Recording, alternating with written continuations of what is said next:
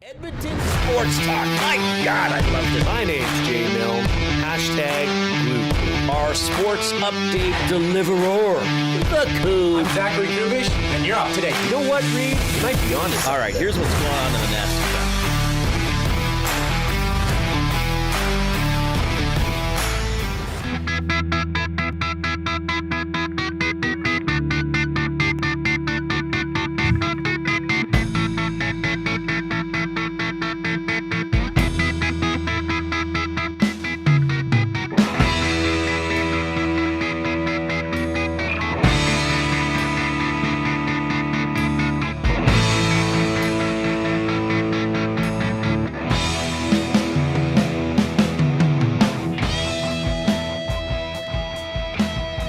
Well, one of the wildest playoff games you will ever see.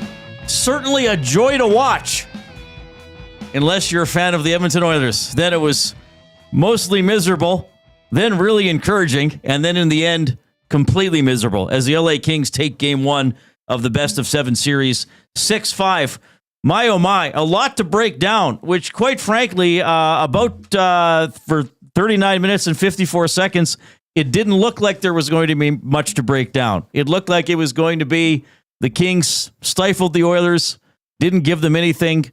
Kemper snoozed his way to a 11-save shutout. That was all there was to game one. There was a lot more to it than that. I wonder how many people went to bed even before the end of the second period or stopped watching. And then just an epic third period with a remarkable comeback by the Oilers, but then a last-minute game winner by the Los Angeles Kings. So game two tomorrow, as we move through the afternoon, we'll have some of the latest comments from Chris Knoblock, from Connor McDavid, and Stuart Skinner. I can tell you this off the top here, and we'll give you the full clip before 4 o'clock this afternoon. John Klingberg is a possibility for tomorrow after Josh Brown, in sort of, quite frankly, stumbled and bumbled his way through less than 5 minutes of ice time last night. Anyway, one of many things to discuss throughout the course of the afternoon. How you doing, Jay? Exhausted. That was a lot it's been on everybody's mind. You know, what could have been, what maybe should have been. We probably should have witnessed NHL history last night. Right. Alas, we did not. So what your experience watching the game? Yeah. Were you, I don't know, and maybe, as I've often said, I'm not super emotional about the Oilers. I want them to win. I want people in oil country to be happy. I want, and most of the audience in this show are Oilers fans. I generally want those people to be happy. So, certainly I'm pulling for the Oilers. But as I've often said, I watch the games to the end no matter what.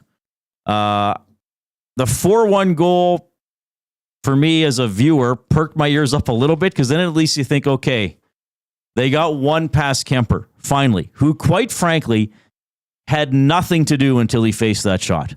I think Darcy Kemper, before Draisaitl scored, faced one maybe semi-difficult shot. And that was the Draisaitl one-timer in the first period, on a pass from McDavid that didn't nearly have the zing on it that one did. It was a much slower pass moving across the high slot. And then when the Oilers... Now, look, people have said, well, did you think they were going to come back? Everybody, it was 4-0. Unlikely. They were I go with the odds. There aren't a lot of 4-0 comebacks, right? I remember I was at the Elks preseason game last year, and it was the Panthers were up 3-0 in the Stanley Cup final. And a guy just came up to me and said, "Hi, Reid, do you think the Oilers are going to come back?" I was like, "Well, it's 3-0. Like, how often has that happened?" They did, though they didn't win. But certainly at 4-2, I thought, okay, this is probably going to be very interesting till the end of the game when Janmark banged that one in. I never would have predicted it would have gotten quite that wild. What about for you? Were you thinking like, oh, they're coming on here, something's going to happen? I wonder, because here's the honest, blatant truth. If I didn't have this job, if I wasn't sitting beside the one and only Reid Wilkins and in front of our dear friend Coob, I would have turned that game off. I would have turned that game off when they went up 4-0. Right. 100%. Now, here's what I will say. I 100% agree with you that goal at the end of the second period, 6 seconds left, that was only the 9th shot of the game, by the way. Mm-hmm. That goal made me sit up a bit and say, okay, well, let's see what kind of resolve this team has. Because I was watching it to see how bad it was going to get. Right. What are we going to get up to here? Is this going to be a 6-0? Is this going to be a 6-1, 7-2? Yeah. You know, how bad is the bleeding going to get? Yeah, or even if it ended 4-2, but it was the Draisaitl goal and a garbage time goal with 4 minutes left in the third, and you're like, okay, it's window dressing, whatever. There's a story there. Right. That's why I continue to. But here's the thing. That goal, like I said, 6 seconds left in the second period. Think of what that did for the Oilers. Because, you know, going right into an intermission where you have to sit through that. And now the Kings have to stew on that. And the Oilers have to stew on the fact that they got one past. That, wow, maybe if we shoot the puck on net, they'll go in. Right. Now, that was a brilliant goal. It was a great, you know, Leon set that up, pressed off his man to the opening. It was a great pass, yada, yada, yada. But then what happened was just electric. And I also will admit that I had goosebumps watching that. Just because of the you know, when you're witnessing something that you know is going to be remembered for the rest of your life, or it could be, that's what was kind of coming into my mind. And then bing, bang, boom, here it's tied up. And you're thinking, what is happening? And I don't know, on Connor McDavid's goal, the game-tying goal, the elation he showed, pretty much screaming at the entire Kings bench as he went past. Yeah. I mean, that was just, if you do not get excited about that, you're not watching it properly. Yeah, and it turned for, like, it went from a low event game to I mean, here are my notes from last night's game. So, Jay, there's the first period. So I write down all the goals, and then I don't write down every penalty, but if it's an iffy penalty or a momentum swingy penalty, I'll write it down. And, you know, I might write down a big save or a 2-on-1 or a breakaway or things like that. So, Jay, there's my notes for the first period. There are my notes for the second period, and you can tell people what you're looking at. There are my notes for the third period. About 2/3 of the page. And because you know, obviously more goals. Nurse had, what am I looking at here? Nurse had the shorthanded chance. I wrote down Nuge getting away with that slash on the back check when it was still 4-2. The Wallman penalty, the other Wallman penalty in the review. Fiala, I wrote down Fiala missing an empty net. Another King missed an empty net, and then the Oilers come back and tie it, and then obviously all the wild stuff at the end of the game. I mean, it was a classic playoff game. And we're going to talk a lot tonight about the games, about mistakes, about missed plays, about good plays. I just want to remind everybody of this. And I know it's very hard for people to remove their Oiler fandom from their brain. Or if we have any Kings fans checking out the show, welcome, wild game. So remove your Kings fandom from it. Like, that's why we watch sports. Yes. And quite frankly, if there weren't mistakes or misplays or misreads or weird bounces or crappy calls by refs, and there have been a lot in the first round of the playoffs so far, not just last night, I mean, that it would be boring and predictable. I mean, I remember Andre Sekero, and he was with the Oilers. I was interviewing him. I can't remember how it came up, and he's like, well, mistakes are part of the game. If there were no mistakes, every game would end 0-0 and be pretty boring. So now, the Oilers got to cut down on some of their mistakes. We'll dive into some of those throughout the course of the show. But just, I mean, disappointing. And it's a weird game, too, because both concerning and encouraging, I think, for the Oilers, depending on how you want to look at it. But from a pure entertainment standpoint, I mean, quite frankly, probably the best game of the postseason. Like, from pure wild entertainment and what the heck is going to happen next, at least the last 20 minutes. The last 20 minutes. I wouldn't say the entire game. No, the first 40 minutes was LA just completely dominating. Just completely dominating, to the point where I was thinking, okay, I wasn't thinking, are the Oilers going to win a game in this series? I was thinking, are they going to score a goal in this series? Now, I know they were shut out in the last 2 regular season games without a full lineup. But then last night, it's like, well, this is pretty much the Oilers team. I mean, you can argue Kane or whatever, and we don't know if he's going to play tomorrow. But it was like, okay, what's going? But there's so much to discuss with McDavid and Draisaitl playing together, and then how much they played in the third period. To me, there were several Oilers forwards who were completely disappointing last night. Completely disappointing. And guys that you can't afford to be disappointing in a long series. I think I know who you're talking about. The Nuge? Would that be one? One that stood out for me? Certainly 5-on-5. I know there was some penalty kill work by some players.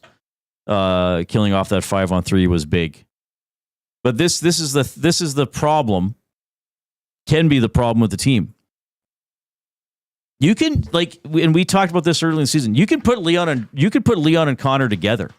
You could put them together every game if at least one other line is doing something. Yes. And quite frankly, I know Hyman wound up scoring. I don't know if it was a very loud game from him.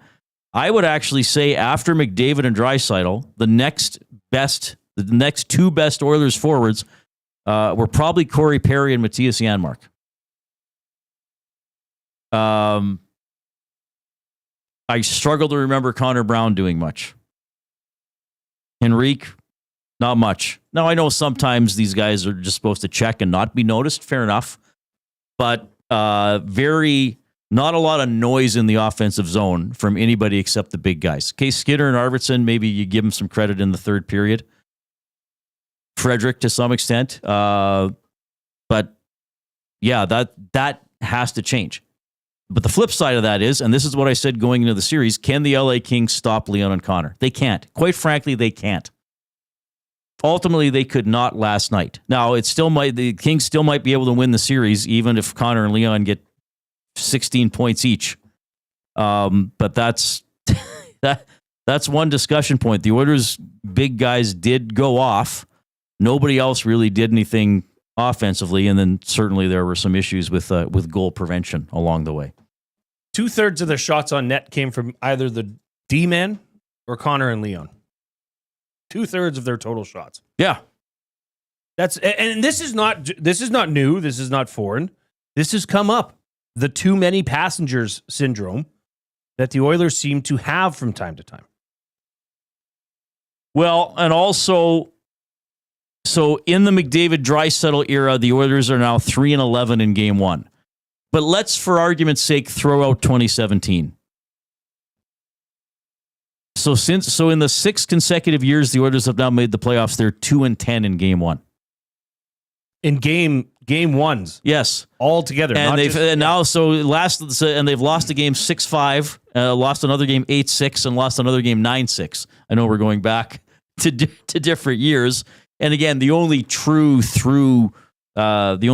connection through all the teams is McDavid, Draisaitl, Nurse, and Nugent Hopkins. Really, I guess Hyman and a couple other guys would have been on those games. They lost 9-6 and 8-6, but yeah. Game 1 has been anything but a jumping off point for the Edmonton Oilers. So a lot to dive into this afternoon. We're happy to hear from you. You can email. I have received 3 limericks in the last 10 minutes. Wow. To reid@edmontonsportstalk.com. You can email j@edmontonsportstalk.com. You can text the afternoon inbox, 780-218-9999, presented by River Cree Resort and Casino, home of Tap 25 Restaurant, where the entire menu is 50% off 7 days a week from 2 to 5 p.m. And you can also post messages in our chat. We call it the Nasty Chat on YouTube. And if you are there as well, click the thumbs up button. It's the little thumb up logo underneath the video screen on YouTube. We set a show record yesterday, which was incredible. So let's see how high we can go today. I think we wound up with about 330 thumbs live during the show. So really cool. So get in there and click. Tell other people about the show. Get people to subscribe to Edmonton Sports Talk. Our next goal is 12,000 subscribers, which would be pretty cool to hit here during the course of the postseason. So those are some of the ways you can interact with us. Shawn Belle is going to join us at around 4 o'clock. Of course, a member of he and Tom do Hello Hockey every Saturday here on EST, former NHLer, long pro career, Edmontonian. He's going to weigh in on several things from that game. Now, and I say this all the time on this show. I used to say it all the time on my previous station. I don't want to do every show on refereeing because you could just turn it into a 3-hour, or on my old show, a 1 hour. I guess that wouldn't have been as long to endure. Just a complete bitch fest on refereeing because everybody hates refs. And they're not always bad. I think the first round of the playoffs has been generally bad, quite frankly, for the most part. But we're going to dive into that and I credit to you, Jay, because you have some video examples, so the people on YouTube will be able to see it. We'll describe it for the people on iHeartRadio or TuneIn Radio. You might have an inkling where we're going to go with cross-checking from a couple of different games. But there was a bit of an incident last night. Do we have the Danault play? You can play the start of that. Yeah, Coob. Just stop it right after that. But yeah, go ahead. Here it is. So is there music for this? Or is that later? No. Oh, okay. So this is Walman cross-checking Danault up high. Now look, first of all, and I said this last night, if you don't want to get a penalty, don't put your hands and stick up near a guy's head. Just don't do it, especially when you're shorthanded and you're trailing. Just don't do it. Just contain yourself. You want to take a shot at Danault, take a number. In that situation, is that the time to do it? Fair enough. From another standpoint, Danault flopped. I mean, his head, he flops his head back, and then when he skates away from the scrum, he puts his hand up to the left side of his face, and he's doing the with his jaw, like, oh, wow. Like it actually touched his face. Is my jaw still there? I can't believe it's still connected to my head. I got hit so hard. Like, he flopped. I mean, really, if this was called to the letter of the law, it's 2 minutes for roughing on Walman and 2 minutes for embellishment on Danault. But we're going to have fun with this one for the off-topic topic for William Huff. Since 1952, William Huff has provided industry-leading advertising solutions for thousands of valued clients. Their unparalleled customer service, combined with decades of industry expertise and a desire to make every job the very best it can be, is what they call the William Huff Advantage. Visit their website at williamhuff.com or give them a shout, 780-454-4536. William Huff, a great partner and friend of Edmonton Sports Talk. They've done a lot of stuff with us. If you ever drive by our building here and see the Edmonton Sports Talk sign, that's William Huff. Incredible stuff. So we would like you to name a dance move after Phillip Danault. That is the off-topic topic. Name a dance move after Phillip Danault. 780-218-9999, River Cree Resort and Casino inbox. Email Reid or Jay at edmontonsportstalk.com or put it in the nasty chat. Well, that's a great off-topic topic, Reid. I'm going to have to, because Phillip Danault, he's got the moustache, right? He's got that cowboy look to him. So I think it would be, it'd be best if it was a line dance. Okay, so it's going to be a line dance. The title is going to be Check Yourself. And it's going to go, it's going to go something like this. It's going to go. Jay's moving right now. He's got his hands going up and down and then coming up to the face and his face in time with the music. And he's in a lot of pain. He's in a lot of pain. Now, the footwork down below, you can't see it, but it is there. Yeah, you're doing some footwork as well. I'm doing fast feet. Pretty amazing. Fast feet the whole time, as if Phillip Danault was falling back. But mine is called Check Yourself.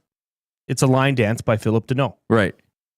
So that is our off-topic topic for William Huff. Name a dance move after Phillip Danault. That's incredible stuff. All right. Shawn Belle is going to join us at 4 o'clock. We're going to have the oil understood for GCL Diesel. We will have some clips from today from Chris Knoblock, from Stuart Skinner and Connor McDavid. Do we have some coming in already? Oh, well, let's get rolling with a couple here before we break with the coop. Scott on a hotel balcony in Beaumont. Oh, he's back at the hotel. He must live somewhere else and go to Beaumont for business every once in a while. He must. The Herky Jerky, the Philly Flop from Chris Sadaway, RBM, the 3-round loser. Oh, jeez. The Fish, that comes in from Adam in Quebec City. So people are into it. The Fish, the flop, Fish. I like it. EMG says the Whiplash, AA in the nasty chat, the Dirty Pirate head snap. Oh, yeah. Do they call Danault the Dirty Pirate? Or did he just come up with that?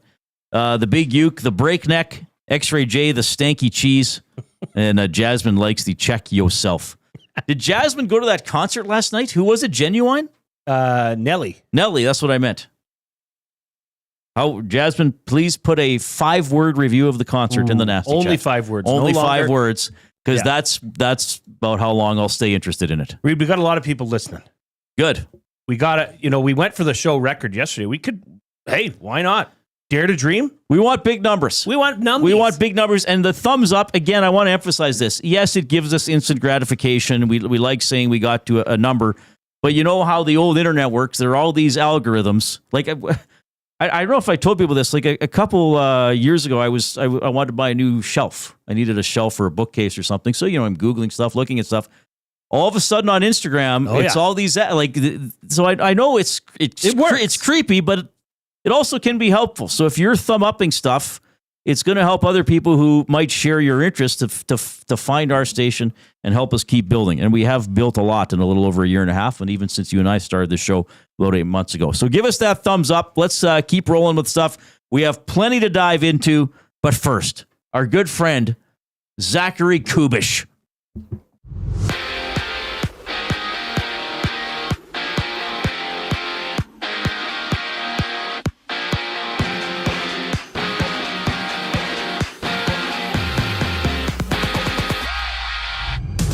Round 1 action rolls on in the NHL. Toronto is up 1-0 in the series against Ottawa as the Leafs and Senators rematch. Then the Panthers and Lightning kick off their series. Panthers activating Matthew Tkachuk off the injured reserve, while the Devils and Hurricanes go toe-to-toe.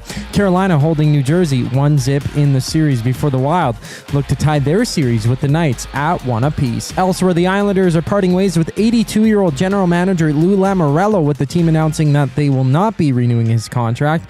Lamoriello has been with the franchise since 2018, winning 2 General Manager of the Year awards.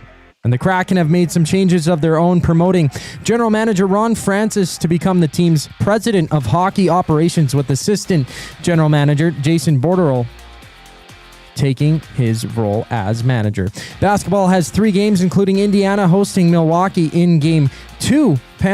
Pacers leading 1-0 before OKC looks to take a 2-0 hold on the Grizzlies, while the Lakers and Timberwolves showdown in Game 2. Minnesota taking Game 1. The MLB sees 15 matchups, with Toronto rematching Houston after they fell 7-0 to the Astros yesterday. This sports update is brought to you by Advantage Sports Medicine and Physiotherapy. Get treated like a pro with their highly skilled crew. Whether you're recovering from an injury or looking to enhance your performance, get the same locker room approach that's trusted by the best in the game. Visit their website at advantagesportmed.ca. The Reid Wilkins Show returns once we get back from break. I'm Zachary Kubish, and you're up to date. 2 guys and a goalie. The later they start, the better. I mean, you got a bunch of guys coming back from injury. The later you start, the better. That extra day could be the difference. Could be the difference. It could be the difference in Frederick or not. Maybe. Yep, in Game 1. And it could be the difference of, do you rush a guy back even a day? Yes, a day makes a difference. A day too early. So it benefits the Oilers. 2 guys and a goalie, presented by GS Construction. Tuesday and Thursday afternoons at noon, only on Edmonton Sports Talk. Your clear choice for Edmonton sports. Spin to win Fridays at The Banquet. Every Friday, spin the wheel for a chance to win big and save on your bill. It's that easy. Spin, win, and save. Don't miss out. Details at thebanquetbar.com. The Banquet. Get real. Play hard. GCL Diesel has been serving oil country since 1972. From diesel cars to SUVs to pickups. From farm tractors to school buses to a big rig. From diesel generators to forklifts, GCL can test, troubleshoot, and repair all diesel fuel system components. Whether it's injectors, pumps, turbos, filters, or additive, GCL has the parts you need to keep your diesel running the way it should. For genuine diesel parts at wholesale prices, visit GCL Diesel in the West End or online at GCLDiesel.com. GCL Diesel. Diesel understood. Hey Edmonton, ready to take advantage of lower rates and better pricing? South Fort Chevrolet in Fort Saskatchewan has you covered. From rugged trucks to sleek SUVs. And with over 40 years in business, you can trust that you're getting the best deal on your new ride. As the proud title sponsor of the Nielsen Show, EST listeners can drive a little to save a lot with South Fort Chevrolet's transparent pricing and down-to-earth sales team. Visit us today in Fort Saskatchewan or online at southfortchev.com. Downsizing, upsizing, or staging your home to sell? Sentinel Storage is Edmonton's team for affordable storage solutions. Try 4 weeks free. Details at sentinelstorage.ca. Sentinel Storage, proud partner of the Edmonton Oilers.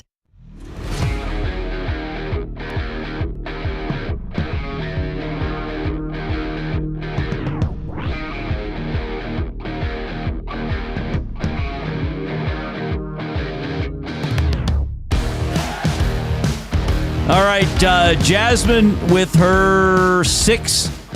Well, yeah, she used 6 words. She cheated. What? She used 20% more words than she was supposed to. You get to choose one to omit. Okay, yeah, I'll omit the first one. Stage could have been better. Now, if she could have used a contraction on could have, and then it would have been fun. Yes. Stage could have been better. Who was it again? Nelly? Yes, Nelly. It's cold outside, but it's getting hot in here. That's the song? Hot in her. Okay. It's getting hot in her. All right. I believe it's here, but pronounced her. All right. Or Air Force. What's it? Air Force Ones? Sure. That's another big Nelly song. Oh, is it? Okay. Nice. All right. Yeah. Those are shoes? Air Force Ones are shoes? Yeah, they are. Oh, neat. I thought it was the plane. It could be, but both things There's could be also true. a Harrison Ford movie. I love that movie. Get off my plane. Oh, that's a great movie. They should have had Hans Gruber as the villain. When you look back on that Hello, movie. McLean.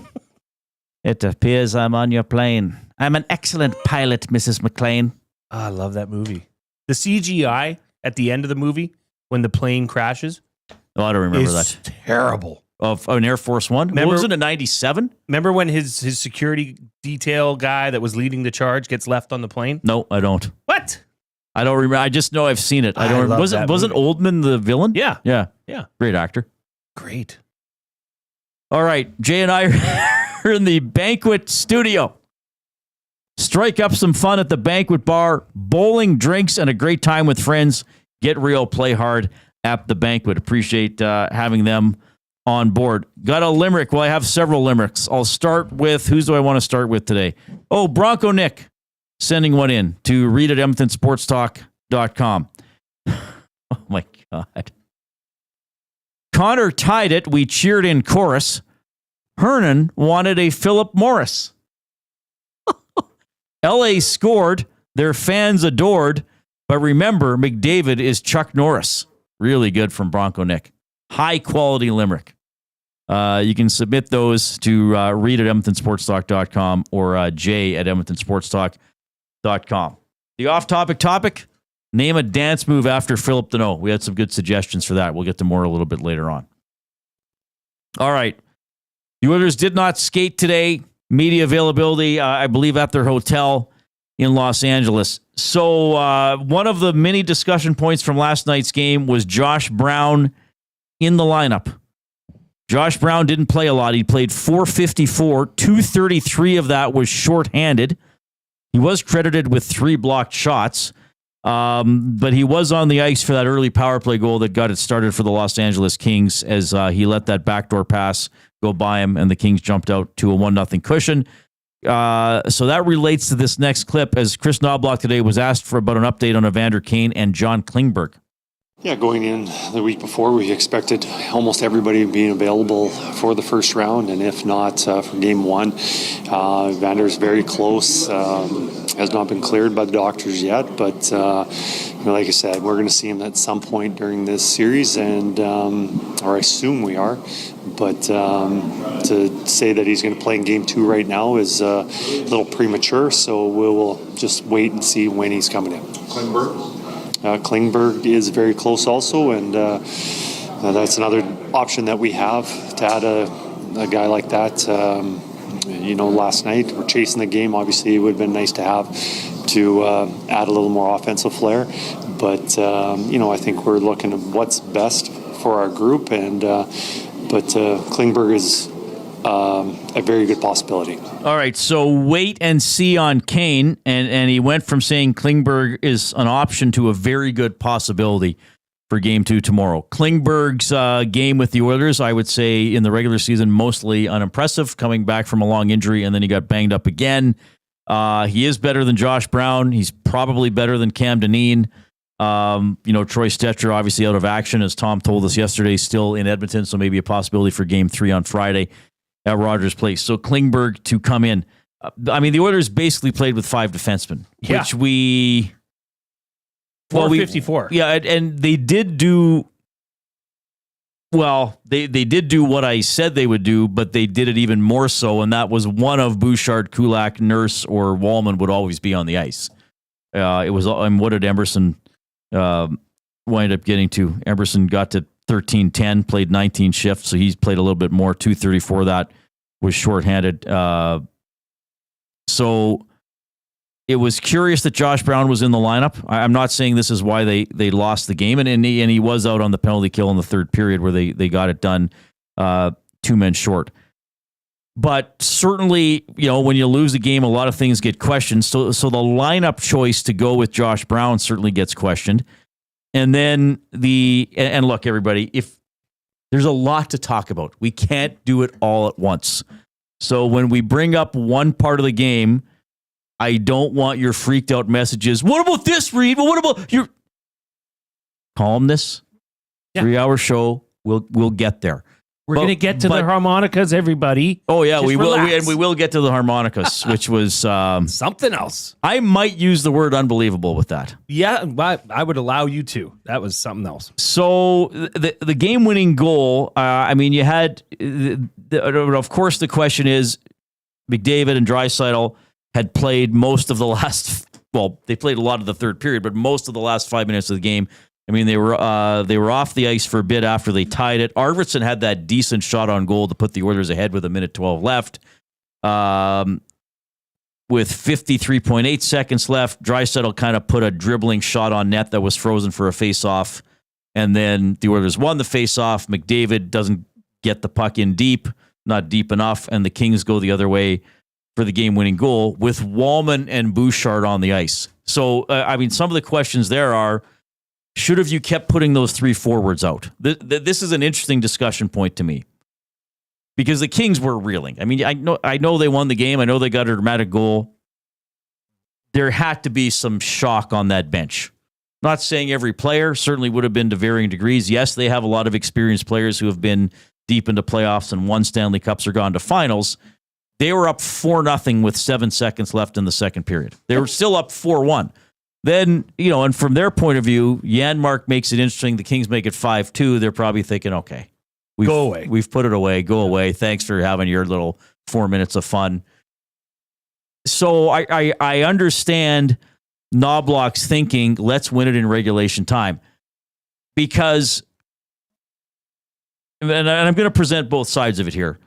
I understand Knoblock's thinking, let's win this in the final minute. Yeah, maybe our guys have been playing a lot, but they're thoroughbreds. The Kings must be exhausted from playing defense most of the last 15 minutes of this game. Let's not give them a chance to reset in the overtime intermission, right? Because I would guess that the LA Kings were praying for the third period to end and to get to overtime and to take a breather and say, okay, boys, forget about that we just blew it. We're one shot away from winning game 1. So I understand going with those guys, but the other side of it, and then somebody asked a great question last night when I was on with Tom, and I remember we used to talk about this with Dave Tippett as the coach quite a bit too. If you're a role player, or if you're anybody else on the team, or if you're somebody like Janmark, who is actually having a pretty good game, don't you feel it's like, well, what's my job? Okay, I understand there's a face-off in the offensive end, but we also need to get this game into overtime. You don't trust me to win a face-off or forecheck or muck around or back check and prevent a chance. So that's one thing from the forward standpoint. The other thing is, if you're trying to win the game in the final minute, could you do that without Bouchard on the ice? Could you say, okay, we're going to go Perry, McDavid, and Draisaitl? That's fine, right? Because, we got the NHL.com summary. It tells you who's on the ice for each goal for the Oilers. It was actually Hyman for that goal. could have you gone Hyman, McDavid, Draisaitl, Kulak and Nurse, Walman and Nurse, Walman and Kulak, not Bush. Because if something breaks down at the offensive blue line, which it did, then you have Bouchard trying to cover a rush. And he did, quite frankly, and look, we'll get to goaltending stuff. He did a terrible job on Foegele. Walman has to hustle back, does a pretty good job forcing the guy wide. Foegele, and you can see it, and this is the problem with Bouchard, is that lack of intensity and or awareness. He kind of slows down, and then you can even see him almost like, oh, there's Foegele. I guess I'm supposed to go with that guy. And then he skates with him, but doesn't check him, and then Foegele is the guy screening the goaltender. So if it's, and look, when you lose, things get picked apart. I know Ron Lowe on the Hangout this morning, who actually has coached in the NHL. He said he probably would have put those guys out there. Yep. He probably would have said, in that game situation, maybe it's time to think about winning it in regulation. And I mean, the face-off was in the Kings' end of the rink, but then everything went wrong. But I totally understand the other side of the argument. To me, more than putting those forwards on the ice, I would have said, yeah, it's not as if Kulak and Walman are not incompetent offensive defensemen. They can keep the puck alive, but they'll also be a little more with it, getting back, checking than Bouchard would have been. You're not looking for Walman or Bouchard to score there, right? Leon and Connor were damn near floating on the ice at that point. Let them do your thing, secure your own end. And that's a tough question, because you wonder, what do these coaches actually do? I've often wondered that. Any sport, how much do they really have a say in? Well, the one chance that would be scrutinized, you kind of blew. And I wonder if he looks back on that and says, did I let my team down? Did I let this group down that fought and battled so hard to get back in this game, only to have this happen? I wonder if he has that conversation. Yeah. And because that's what it is, Reid. Leave the gunners on, but secure your own zone. Not only was it Bouchard, but then the other, Walman's not exactly a defensive stalwart in his own right. You have two very offensive defensemen on. And I bet you, the simple question is this. If he could do it again, do you think he'd change it? Because if the answer is yes, then, well, there you go. Yeah, that's a really good question. That's a really good question. And then the counter side of that is this: well, you're trying to score. Despite all of Bouchard's flaws, he's usually the best guy at helping forwards score. Yeah, look at that 5-5 goal, McDavid tying it up. You don't need anybody else. He passed it off the boards to himself. Right. I mean that. But here's the thing. Hindsight is 20/20. Yeah, we're all the best at breaking this down now. It was intense. There was a lot of emotions running, I'm sure, through that entire bench. And to answer your question about the Janmarks of the world and the other players, the other forwards, I don't think they would care. In fact, they'd probably say, nope, we're good. You leave them on. Because they could see the momentum just gone. Yeah. And trying to pounce on it. I don't blame that. But you have to take care of your biggest issue, which is your defenders. 780-218-9999, the River Cree Resort and Casino inbox. You can also post in the nasty chat. Again, if you're going in there, we know there's a lot of passion and in some cases a lot of anger about last night's game. Keep it respectful. You can disagree. You can even argue, but no name calling. Don't let it get heated. Remember that it is a sport and ultimately it is entertaining and there are more important things in life, though I know it doesn't always feel like it when you're watching a game. I'll just quickly say this because I've seen some messages coming in. I'm not going to respond to people asking me if I think people are going to get fired after the season because it's one game into the playoffs. Okay, so of which they haven't won that many. I'm not ignoring you. Well, actually, I am ignoring you. I see it, but I'm not talking about that one game into the series, which we still don't know which way it's going to go. Okay? Hey, you're never too old to learn a lesson. Maybe you learned something from that last night that'll carry forward. Right. I mean, that's all you can hope. It's over now. It's done. What happened, happened. It was unfortunate, but learn from it, move on, and just know you've got the LA Kings on their heels. You did something incredible last night. And Darcy Kemper, I mean, I know we're going to get into that discussion further, but if you're an Oilers fan, after a 6-5 loss in game one of the Stanley Cup playoffs, this is probably the happiest you've been after a game one loss. Well, I know we'll do more on goaltending later. I would argue neither goaltender made a key save, quite frankly. That would be a fair argument. Given how that game went. I guess that's what happens when you get to 11 goals. Got another limerick here coming in to read at EdmontonSportsTalk.com. It's from the Big Uke. Not the final outcome Oil fans did want. Hofer in Winnipeg, Scheifele he did try to taunt. McDry was fire, Boosh left some to desire. If given the choice, you eating a bagel or croissant? Very good final line, taking us into the nonsensical realm. More comments from Chris Knoblock. You'll also hear a little bit from Connor McDavid and Stuart Skinner as part of the Oil Understood for GCL Diesel. Here comes the Coop.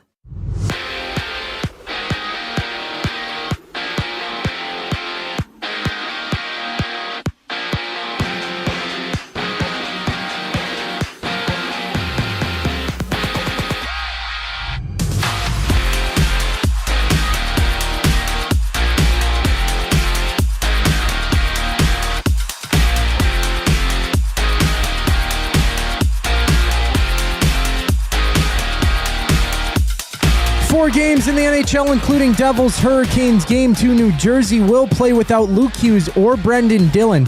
Carolina took that first game, and after that, Ottawa hits the ice in Toronto, looking to tie the series at 1 apiece. Out east, the Islanders have announced that they are not renewing general manager Lou Lamoriello's contract, with the 82-year-old being a part of the franchise since 2018.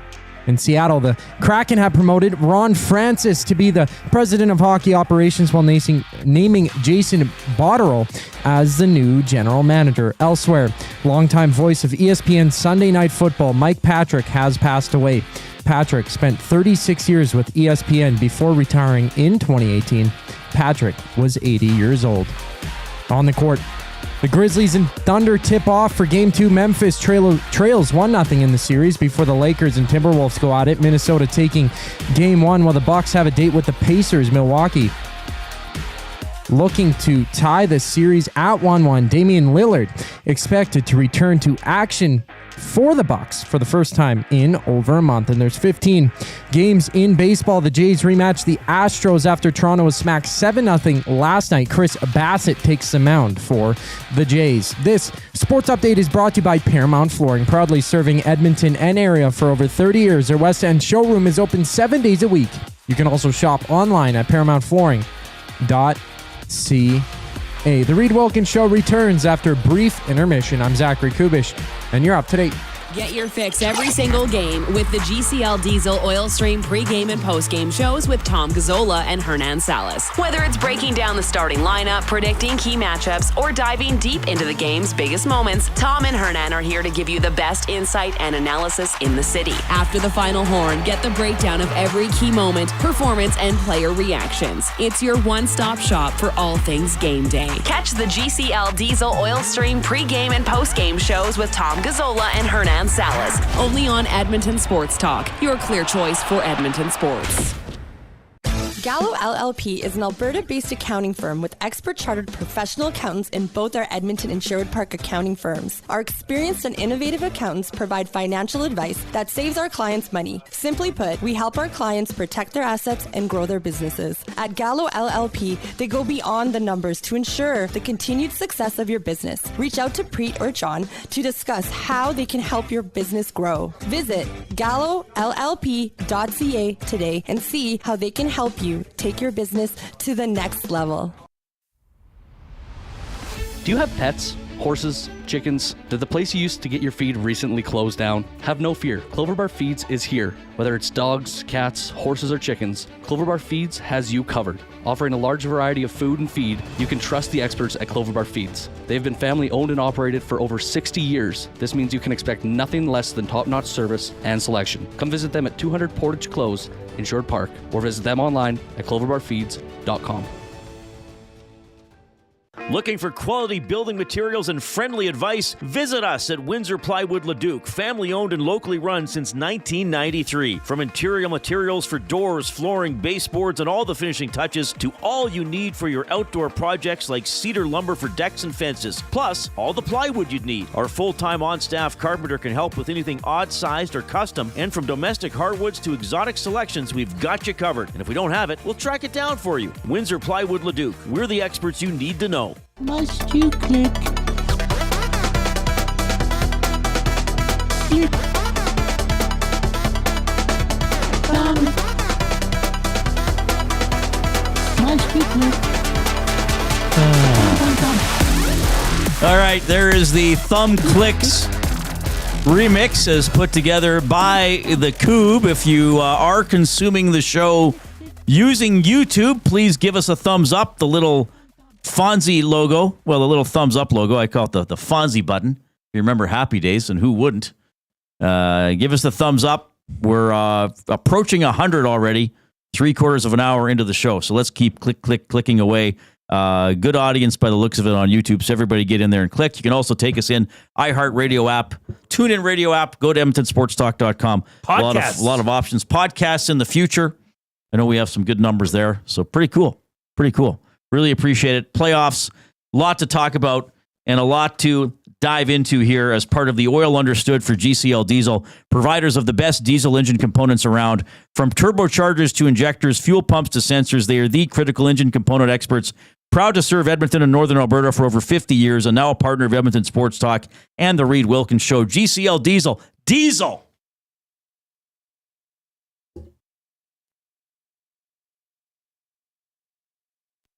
Understood.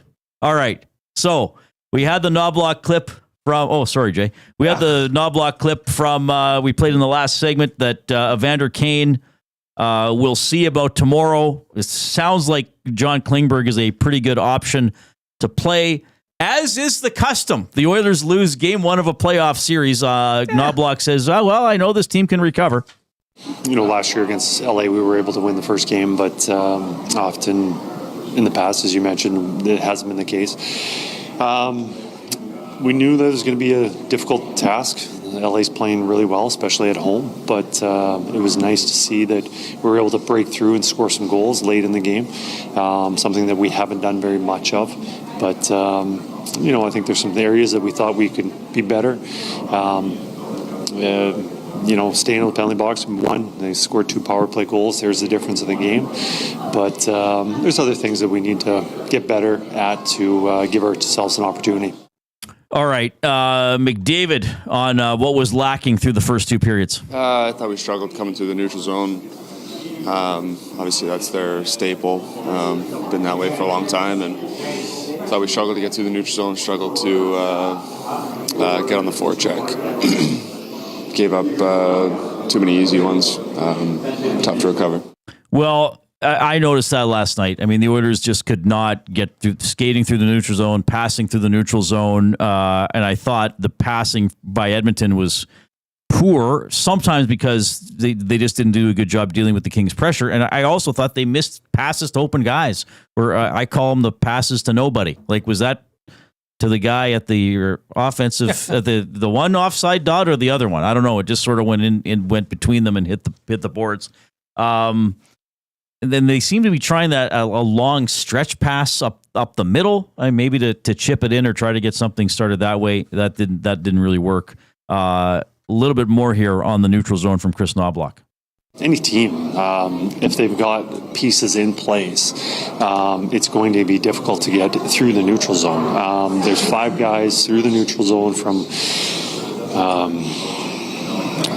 the red line to the top of the circles, a small area. So to be able to pick through that, and Connor and Leon did it several times last night. But other than those two, it makes it a little more difficult. And I think it's important to be able to have a plan on how you're going to recover pucks, because it's very, very difficult to skate through it with control. So we just have to review what we need to do to recover more pucks.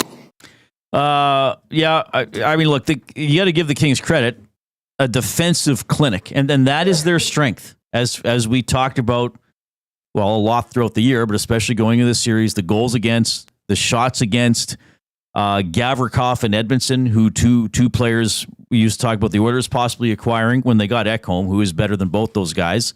But were they playing that Kings lineup? They do a very good job. You know, the old guy Doughty's still there. Anderson's pretty good. So they got good defense, and you looked. You know, this is the thing, Jay. There were times when the Oilers were trying to attack in the first two periods. It looked like the Kings had 7 men on the ice. Yeah. They were just doing such a good job taking away the important areas of the ice. Is that interesting? I don't know. Let me ask you this. I was certainly interested to hear that he said, Coach Knoblock, that they need to review how to effectively recover pucks. Is that not just saying, well, that's just the way it is. We can't get through the neutral zone with our players. Is that like almost admitting defeat? No, I think that he's talking about. I would think he's talking not only just about dumping pucks in, but once you have the puck in and there's a rebound. Yeah. Where is it going? How do the Kings like to break out with it? How can we stop what they're trying to do? This is going to be the back and forth of the series. Sure. I mean, these teams know each other. I know there's a lot of talk about how the Kings have changed certain things. Sure, but they have a lot of the same players, you know, who are going to be playing a lot of the same ways they have in the past. But they figured it out prior. They figured it out last year. Right. Well, and that's why I picked the Oilers to win the series, because I think McDavid and Draisaitl ultimately, and they started doing it last night, will figure out what the Kings are doing defensively and score enough on Darcy Kemper. I mentioned the stat. The Oilers in the last 6 playoffs are 2-10 in game 1, 3-11 in all playoff series involving McDavid and Draisaitl. McDavid on why they start series slowly. No, I don't really have an answer for you there. I don't know. I think, it's no secret our team struggled in game 1s, struggled in early in series. I guess it's a positive thing that we find a way to win the big ones coming down the stretch there later in the series. So tomorrow's a big one. There's no way around it. Got to find a way to get a win. Well, yeah, if he... They don't want to fall behind 1-0 series, but they keep doing it. I don't know if it's one specific reason. Again, you have to give the opponents that they've faced over the years some credit along the way. But I mean, I get the frustration from Oilers fans who might be sitting there, like, regardless of how they lost, it's a loss. Like, saying, seriously, like, you woke up when it was 4-0, regardless of the line combinations or whatever. It's like, okay, great. Like, you woke up when it was 4-0. And I know you can't, like Ron Lowe said it this morning, you can't play the entire game like you played the third period, but it'd be nice if you saw a little more spark in the first 39 and a half minutes of the game. I mean, it took them over 10 minutes to get a shot on goal in the second period. I mean, you would think at some point you would just get across center and just fire one in just to make Kemper field the puck. Yeah, that was 2 separate teams, essentially. But, I mean, what happened in the third period? Nuclear option. And also give the mucky goal by Janmark some credit as well. Sure, I mean, that made it 4-2 and made it more interesting. Well, they came out with a different energy in the third period, right?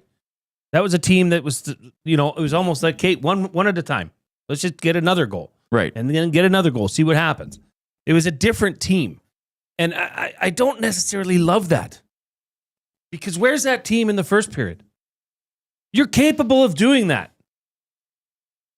Where is that in the first and second period? I don't understand that. That is frustrating, and I'm sure it is for Oilers fans. Because you see a team that can clearly do it. Yet it's on their own terms, or I mean, it is when it's nuclear with McDavid and Draisaitl. Yeah. I understand that. But everybody else was playing at a heightened level as well.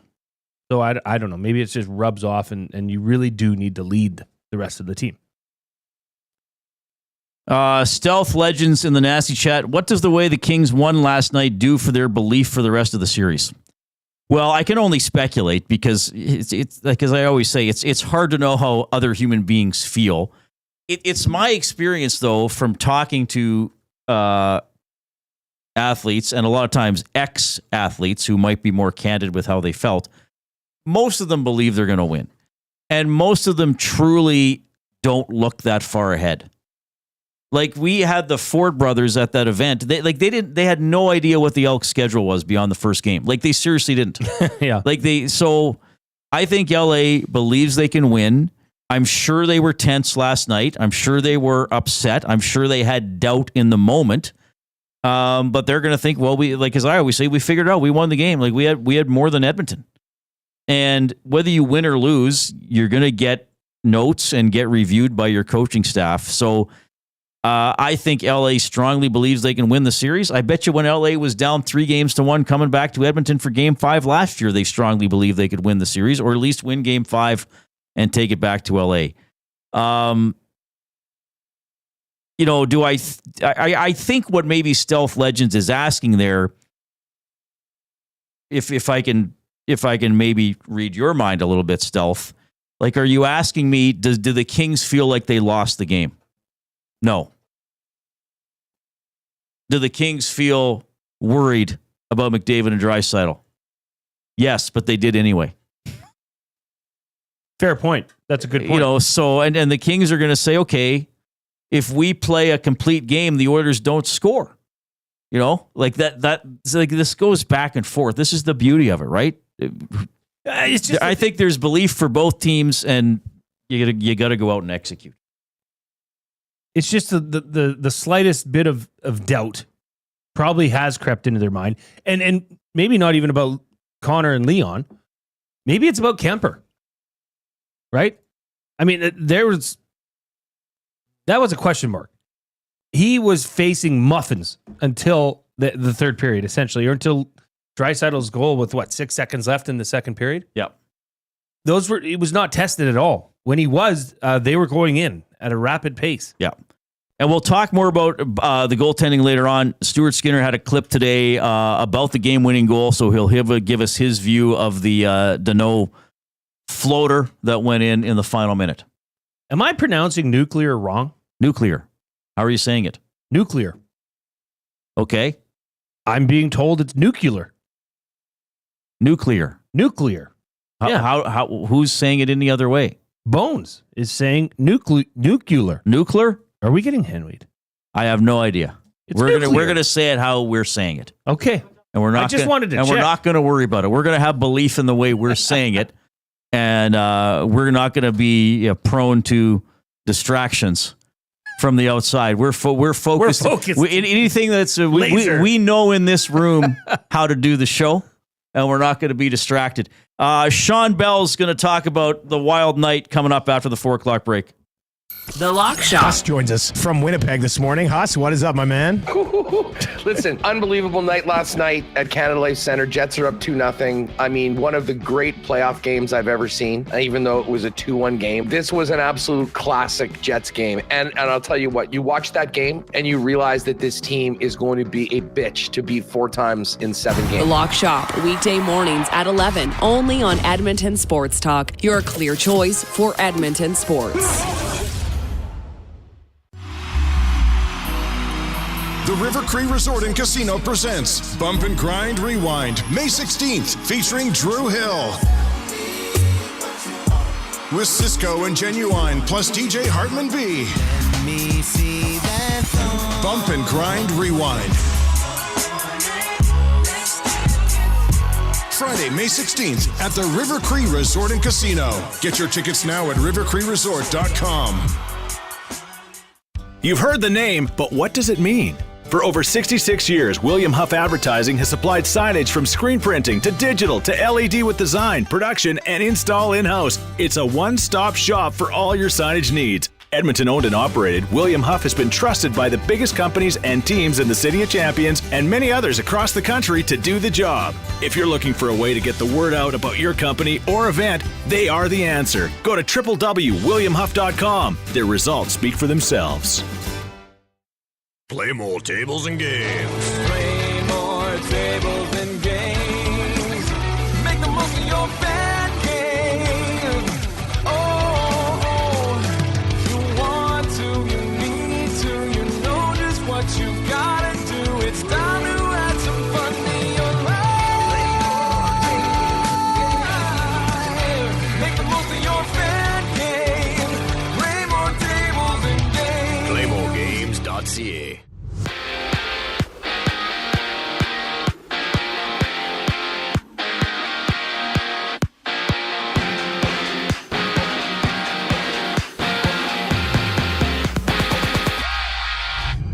Game 2 between the Senators and Leafs. Toronto taking the opening contest by a score of 6-2. There's 3 other games on tap, including Tampa Bay hosting Florida in Game 1. The Panthers activating Matthew Tkachuk from the injured reserve. And in a moment, New Jersey and Carolina face off. The Devils trailing 1-0 in the series, entering the game without Brendan Dillon or Luke Hughes in the lineup. Meanwhile, Lou Lamoriello's time as New York's general manager is up, as the Islanders are not renewing his contract. And from Seattle, Jason Botterill has been promoted to general manager. Ron Francis is also moving from his managing role position to become the team's president of hockey operations. On the court, there's 3 games. The Lakers and Timberwolves tip off in Game 2. LA down 1-0, while the Grizzlies and Thunder battle in Game 2 of their own, with OKC winning the opening contest. Elsewhere, the Jays and Astros rematch on a 15-game MLB slate. Chris Bassett gets the ball for Toronto. In football,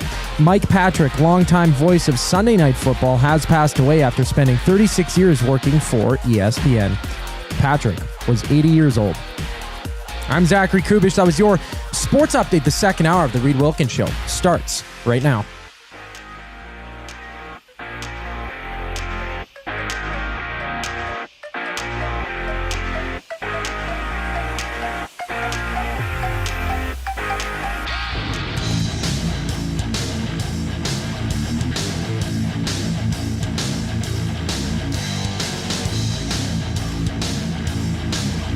Okay, thanks a lot for joining us this afternoon.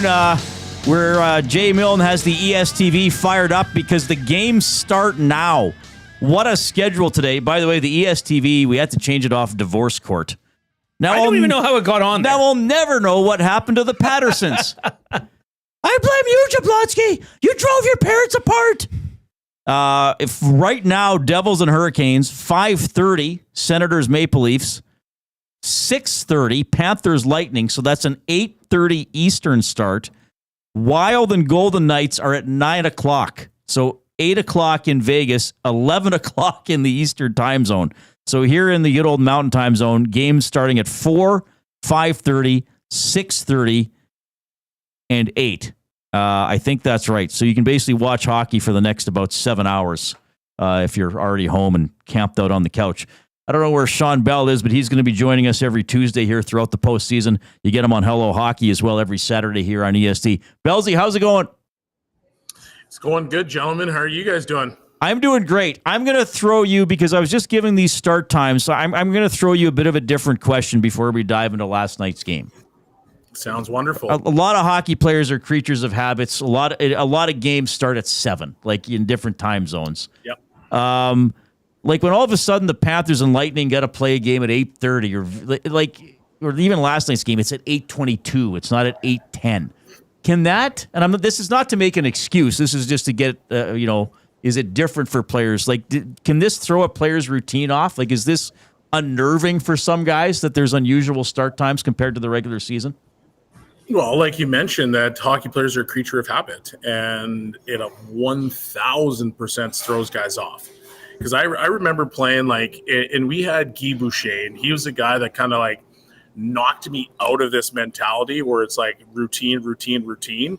And if there's any kind of adversity that pops in, all of a sudden I'm just completely messed up. But it does play a part into it, because you normally, let's say for 55 games, you prepare for 7 o'clock. And you're like, okay, well, like, this is great. I've got my routine. I know exactly when I'm going to go take my nap. I know exactly when I'm going to eat. I know exactly when I'm going to get to the rink. I know exactly how long it's going to take to get to the rink based off of this hour. And then all of a sudden you throw an 8:30 game into the mix. It changes things. And as much as I want to sit here and pretend and not make excuses that it doesn't affect players, it 1,000% affects guys.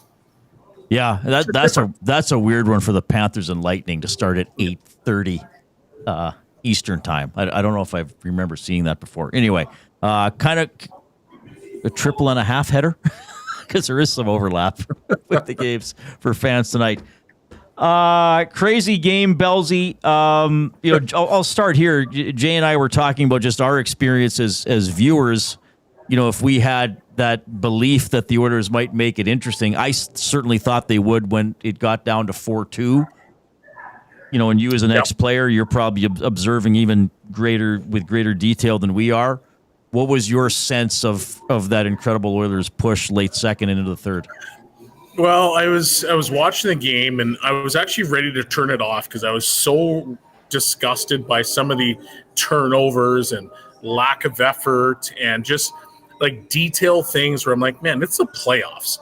What are we doing here? And then all of a sudden I just had this epiphany. I was like, wait a second. And actually the epiphany happened when Leon was just yelling at the entire bench. And I'm like, these guys could win it. Because right now Leon is losing his mind. He's going to raise his game to another level. And I've always mentioned, like, Connor and Leon are the biggest difference makers in this entire series. So when I was watching that, I'm like, I bet you they score. And then they scored. And I'm like, you know what? These guys probably could win. And it's just, it showcases the immense talent that these two players have. But at the same time, it also talks about like that frustration for fans. Because you see what they can get to. But at the same time, it's like, well, why didn't you start there? Like, why don't you just start there and make your life easier? Yeah, so it's painful. So that was literally what I thought yesterday. Bellsy, going back to, because we haven't really talked about that yet on this show, the emotion shown on the bench by Leon Draisaitl. Is that something that you can't do that too often, right? No. You can't get that excited that often, or else it wears out. But is that, how do you solve that problem? How do you, if your top three guys are going and the rest of the team is lagging behind? I mean, you look at the shots. They had 10 shots through 2 periods. How does Coach Knoblock now go to that team and ask them for more? What happens here? Because as far as we could see, the only 2 players that were doing anything, and you saw, were 97 and 29. How does the rest of the team get going? Well, I think basically what Draisaitl did was a showcase of, gentlemen, we're like playing for keeps now, and we can't do this any longer. We're going kind of half-assed through the motions, because that's literally what they're doing. Like, if you look at those 2 turnovers, they're so casual in the way that they were presented. Like, Bush in the first one, all he had to do was skate the puck, get around the net, and he could probably move that thing out of the zone. The second one, where he behind the back pass to the middle of the ice, where it was just so casual, you're like, well, what are we doing? And when you look at that and you think about it as a coach, like, everybody sits there and says, well, it's a coach's job to get these guys fired up. Sure, I don't disagree. But at the same time, there's certain times where the room has got to give that kick in the pants.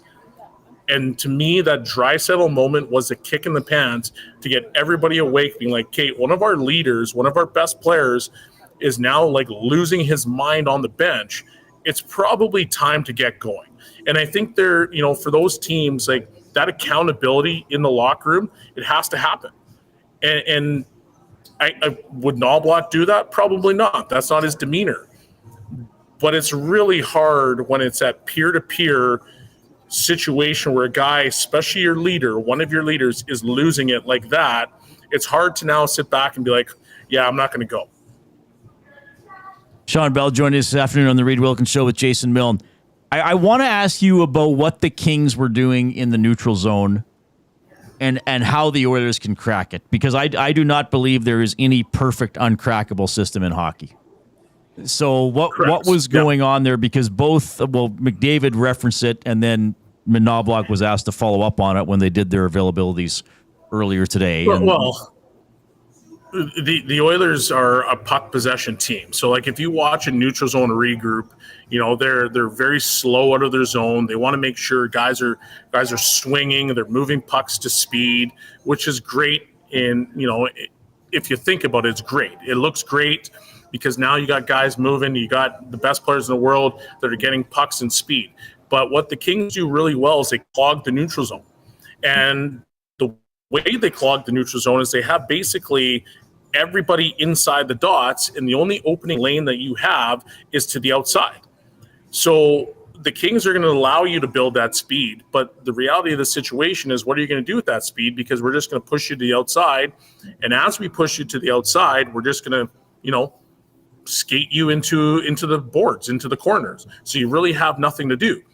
But if the Oilers play just a little bit faster, meaning we're not going to allow you to set up into those particular situations where, okay, there's a line change that's happening and I've got the puck, like, I want to move this puck quickly so that you can't set up into your neutral zone trap or whatever your system is, your 5-man back at times, what it seemed. And as soon as they did that, which happened in the third period multiple times, all of a sudden now the Kings can't be comfortable in their structure, in their game, because they're very good at defending. As soon as they get the lead, especially at home, they fall back into that system. It's not the 1-3-1 anymore, but it's the 1-2-2. It's almost like a 2-3. Like it's essentially it's 5-men back. No matter which way I try to spin that, it's 5-men back. So moving pucks quickly, getting to spots quickly, having speed in those spots, which happened in the third period, allows for more success, and the Kings don't get into their structure. Shawn Belle joining us from co-host of Hello Hockey, which airs right here on EST on Saturday mornings. Bellsy, I get the sense, through your career that just getting to know you more as we work together here, that you're not really a ref guy. Would I gather that correctly? I'm not a ref guy. Okay, that makes two of us. All right, Good to know. Listen, we're going to talk about it more coming up on buying or selling for Damon Bunting Real Estate, but I wanted your opinion.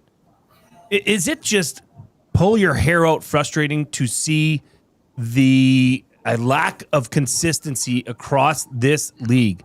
I mean, Dustin was talking about on the morning show, saying that the officiating in the NHL is a joke.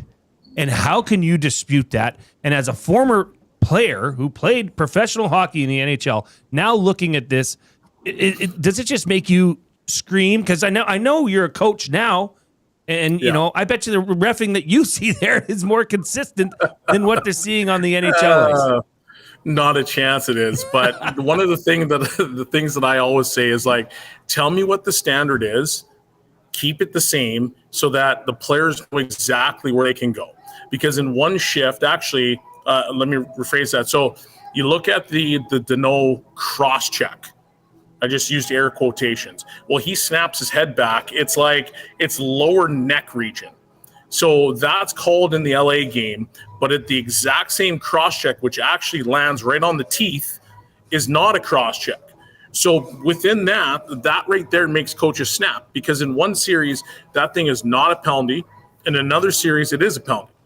So the thing for coaches is, tell me what the standard is. And if it's a standard across the board, like, you'll never hear an issue from a player, from a coach, from a fan, because you know exactly what you're going to get.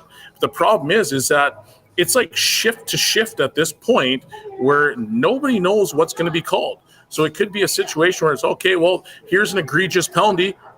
Sure. But the next call could be, it's a softball. And so it frustrates everybody. I don't need to tell you exactly who it frustrates. It frustrates everybody. And so that's why I think that there's so much scrutiny on these refs, because shift after shift, it's like, well, what are you trying to do, guys? But players are also smart too. They know some of the refs, and they start to understand and figure out, this guy could be had, and there's veteran moves and different things that you can do that you can play a little bit of games. So the refs have a hard job, but at the same time, just tell me what the standard is. Early goal, Bratt scoring for the New Jersey Devils. So they take the 1-0 lead on the Hurricanes about 4 minutes into the first period, almost 4 minutes into the first period. We've talked, and Cass brought it up last night, and we've talked about it a lot here on EST today.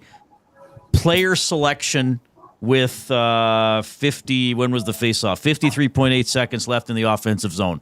That was the whole sequence that led to the game-winning goal. Mm-hmm. I'll ask you to speculate a little bit here, but you've been on benches in the NHL and in high level of hockey around the world. Are the role players like Janmark had a good game? Like, is he thinking, hold on a second here? Like, I've been playing my you-know-what off. I actually scored. Connor and Leon have just played 4 straight minutes. You can't put me out for an O-zone face-off and know I can muck it up and get back and check. Jay and I, and then even Jay and I were saying, okay, if something goes wrong, which it did, do you want Bush defending, or do you want Nurse and Kulak back? Like, would there be a sense on the bench of, well, what's my job if you can't put me out now? Or would there be a sense of, 97's rolling, I want him to try to finish it?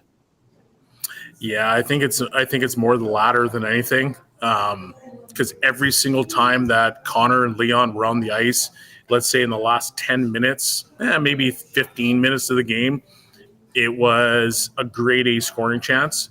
And so, no disrespect to Janmark or any of those guys. Yeah, some of you guys played good, some of you didn't. But those guys were going so well that it's hard as a coach to sit back and be like, man, this guy is the best player in the world, and he's feeling it that I don't want to put him out. Like, you think about the shifts that every single time he was out there. It was an unbelievable chance, or they scored. So if you looked at it and you're like, okay, well, I'm going to put McDavid out there again, like, there's a high likelihood that this guy might score because he was absolutely feeling it. And I think that's what Knoblock was looking at. He wasn't trying to say, okay, well, hey, Janmark, like, you guys need to go muck it up and we're just trying to get it to OT. Like, you're trying to win. And you've had an unbelievable comeback. It's 5-5. The Kings are reeling. And the next shift, Arvidsson almost scores off of that turnover. Like, Kemper didn't know where it was.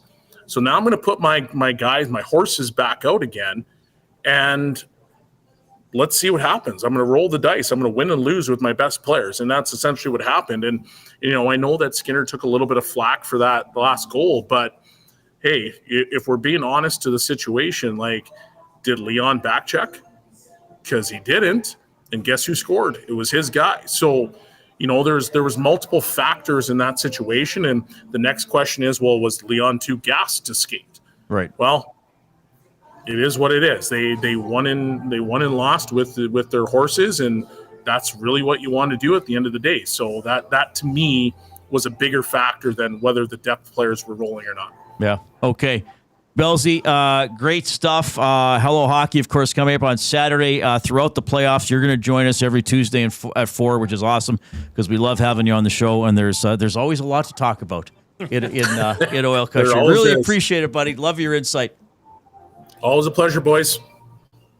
And I guess, and look, I'll just throw this out there as something that gets said by sports fans and sports media.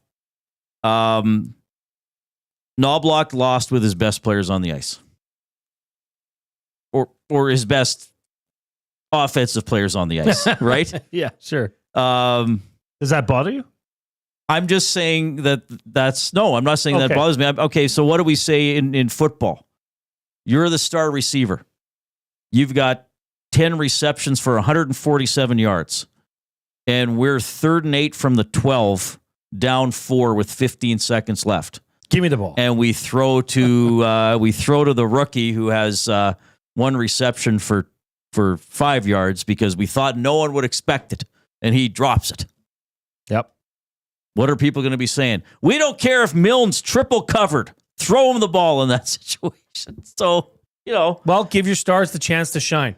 Right. Right? I mean, So here's the thing: if the Oilers would have got scored on with Nurse, Kulak, Frederick, why are they on the Henrique, ice? and Janmark on the ice, they would have said, "Why are those guys on the ice? They can't handle the puck. They can't skate fast enough." It all went wrong in that sequence. Well, and let's be honest. I mean, the goal itself, Reid. The goal itself was, a fluke, a whiff. It was a weird goal. It was a very weird goal. It was a weird goal, and we're going to talk about the goaltending. The problem is that Skinner hasn't played well enough this season to get the benefit of the doubt in those situations, right?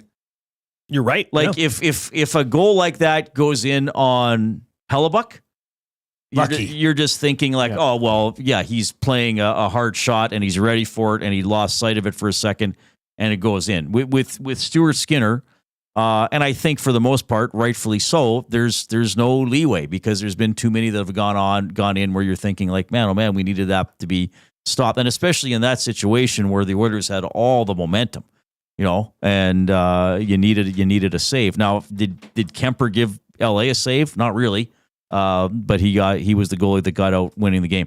You're going to hear what Skinner had to say about that game-winning goal. We'll look at the goaltending in this series as well. We're going to talk about the harmonicas. We're going to talk more about officiating around the league, not just as a focus on the Oilers series. And by the way, I think there were bad calls both ways last night, the ones that left me scratching my head just as a hockey fan. You can get in touch. The afternoon inbox, 780-218-9999. That's how you text us. Courtesy River Cree Resort and Casino, home of the kitchen restaurant. All you can eat surf and turf for just $59.99 every Friday from 4 to 10 p.m. Here comes the Coop.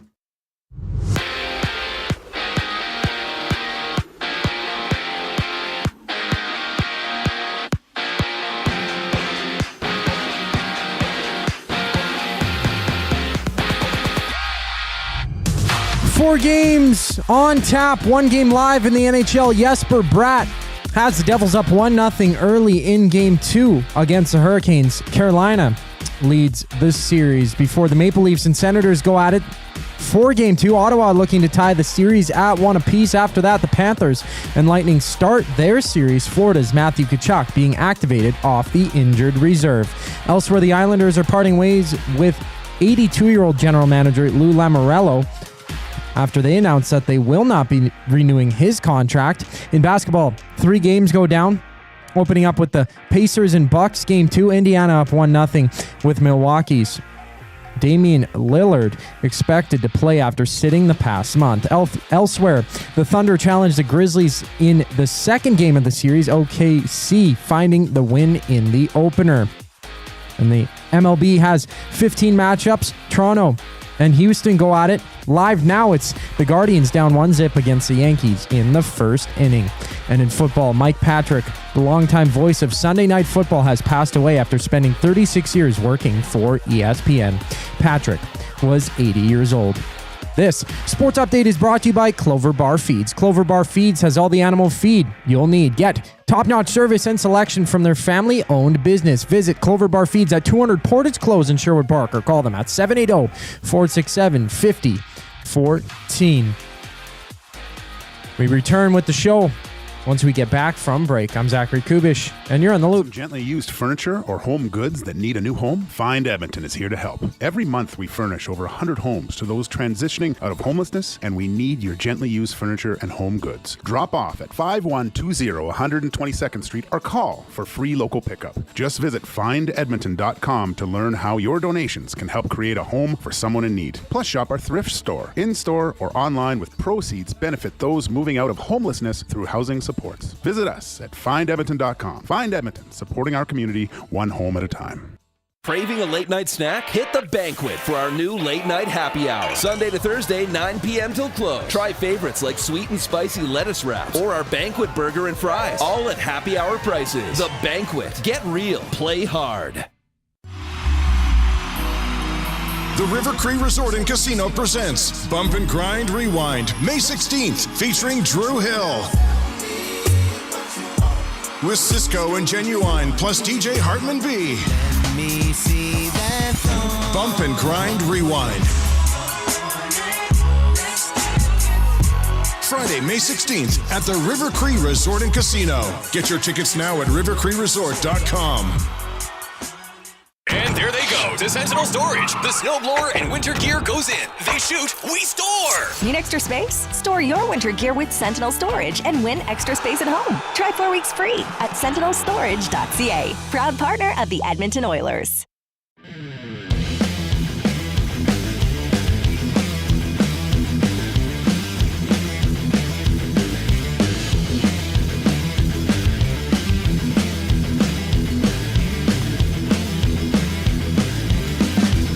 Ten and a half minutes left in the first period. New Jersey leading Carolina 1-0 as the playoffs are underway for today. So game 2 of Carolina, New Jersey, 5:30. Game 2, Senators, Leafs, 6:30, all Mountain Time. Game 1, Panthers, Lightning, 9 o'clock Mountain. Game 2, Wild and Golden Knights. My, oh my. If you are tuning in today, using the YouTube feature on your computer on the internet. We appreciate it. You can jump into the nasty chat with us, but more importantly with other fans and listeners. And remember, find that little thumbs up button. Click, click, click. Must you click? Please, please click. Must you click? You must click. Thumb, thumb, thumb. There it is.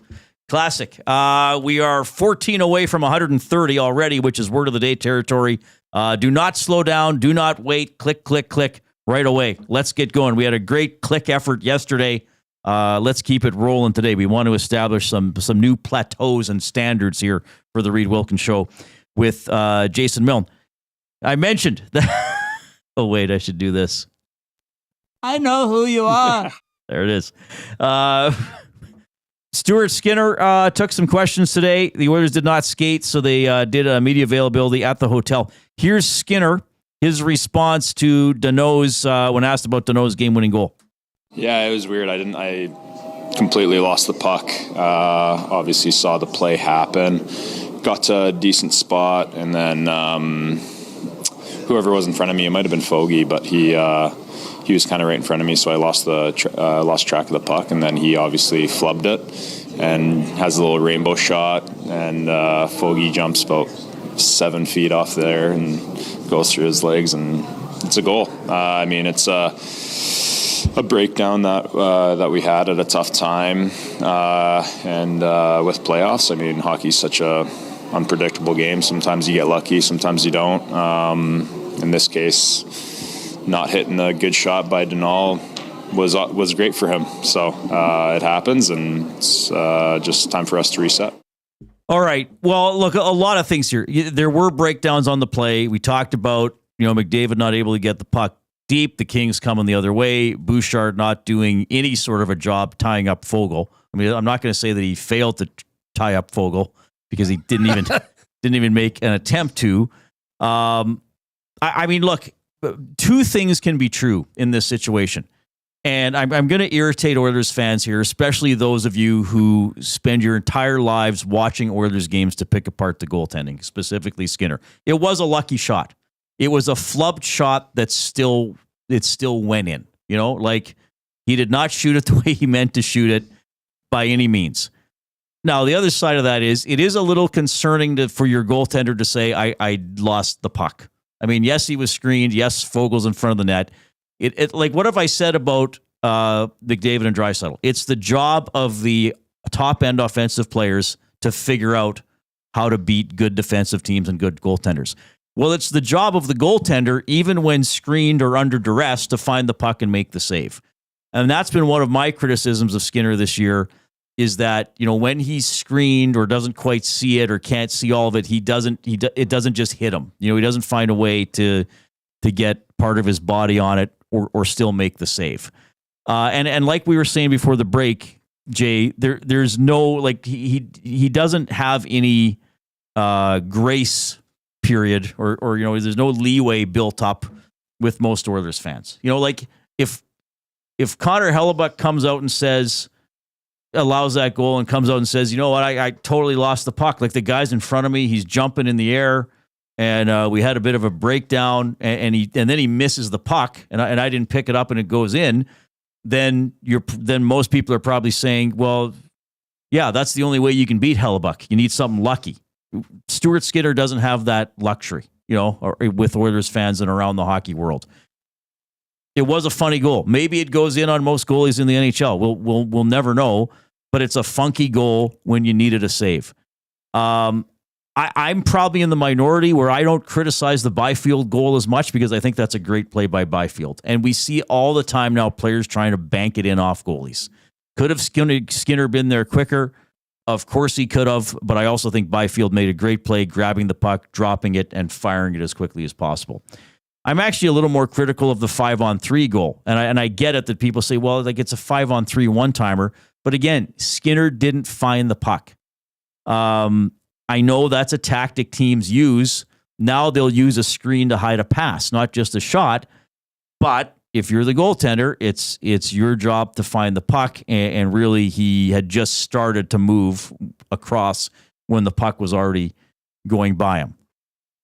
So the other three goals, I think more were breakdowns on behalf of the Oilers, and even the three that I've been talking about. There's other things you could have talked about, but do I think he'll start tomorrow? Yes.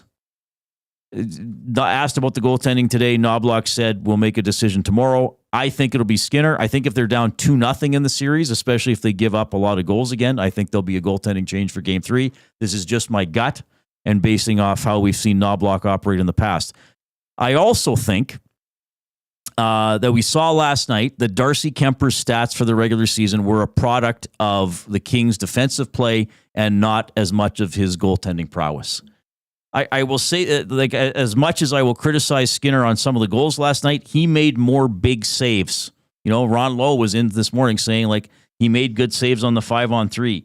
He stopped, I think, Kuzmenko, that chance right where he knifed it in from the crease. He got across and made that save. Darcy Kemper didn't make a difficult save all night. Maybe the one-timer Draisaitl in the first period. So it was not a well-goaltended game, I don't think, in terms of clutch saves. You give Kemper the edge because in the end it's about getting a win, not about having a certain save percentage or goals against average. It's the playoffs. You either win or you don't. But I mean, the shot Arvidsson took with 58 seconds, I mean, Kemper was looking for it. I mean, I think he was a little rattled at that point. So hopefully the Oilers can keep getting high quality shots on him and putting some pressure on him. That's how I look at the goaltending from last game. Neither guy did much to bail his team out, but Skinner let in the last one, so his game's going to get criticized a little more. I wonder if that's the lowest combined save percentage, for both goaltenders, starting goaltenders in a playoff game. What was it, 0.8? For both? They're both 800 save percentage. I mean, I would criticize. I mean, both can be true. You said that was a good goal or a tactic by Quentin Byfield. I do think that highlights an issue is getting across, covering those spots. He was late getting there, but I mean, at the same time, Connor McDavid scores that goal, Leon scores that goal, and it's a wonderful play. So I think both things can be true at the same time. Well, for sure, right? Well, there's so much going on the ice, like yeah. And I don't know. What do you expect Skinner to say? He lost it. That was a whiff.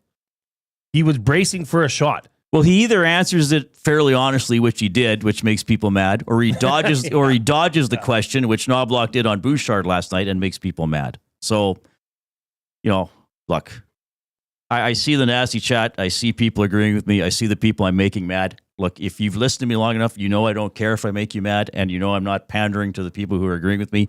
That's what I think, and I'm backing up what I'm saying with logic. X-Ray J, we know you hate Stuart Skinner and Dustin Schwartz, but X-Ray, if you want to tell me which goals were stoppable, I want you to also tell me which goals that Kemper let in were stoppable. Because that was far from a perfect night from him. Like do it. Like all I'm saying is, X-Ray, if this is your thing to be the goaltending expert, you got to do it for both teams. Okay? And let's face it. And X-Ray, I would say this to your face because you've come to the station. So if he says that goals 2, 3, 4, 5, and 6 were all stoppable pucks. Fair enough, but then tell me which of Kemper's were stoppable pucks. Because I could probably think of at least a couple. But you have to take into consideration, I mean, the game-winning goal. Bouchard, put a body on somebody. Move Fogle out of the way. Yes. Draisaitl, back check. Don't leave anything in the tank. That was, like, as Belsey said, that's your player. That's your mark. Right? But yet it's, oh, Skinner, that was a horrible goal. Well, there's so many other byproducts to this. Right? Yeah, it's the same old song and dance. Correct? Well, if you don't win, it's going to get picked apart. Sure. And they didn't win. James says goals 1 through 6 are all stoppable plays, yet the skaters never get any flack. McDavid can cheat for offense and not be held responsible for his responsibilities. Well, James, you're not listening carefully enough to, I won't speak for other people, to me, if that's actually what you think. David didn't get the puck deep enough. Belsey said Draisaitl didn't back check. Well, yeah, he turned the puck over. Actually, if you look at that replay, McDavid was actually in a better position to back check on Deneau initially than Draisaitl was. I mean, they screwed up. But in hockey, there's a reason they're called saves. The goalie's supposed to often bail people out. Should we lighten the mood a bit? I think it's, it was tense about the goaltending. I don't think they want to lighten the mood though. Like, I think they want to be miserable. I mean, I'm not going to stop you from lightening the mood, but people are going to get mad at you for lightening the mood. How can people be mad with harmonicas? Well, I'm mad about the harmonicas. That was disgusting. That was deplorable. Now, I mean, everybody would have, I think, would have seen this for the U.S. national anthem. Go ahead, Coob.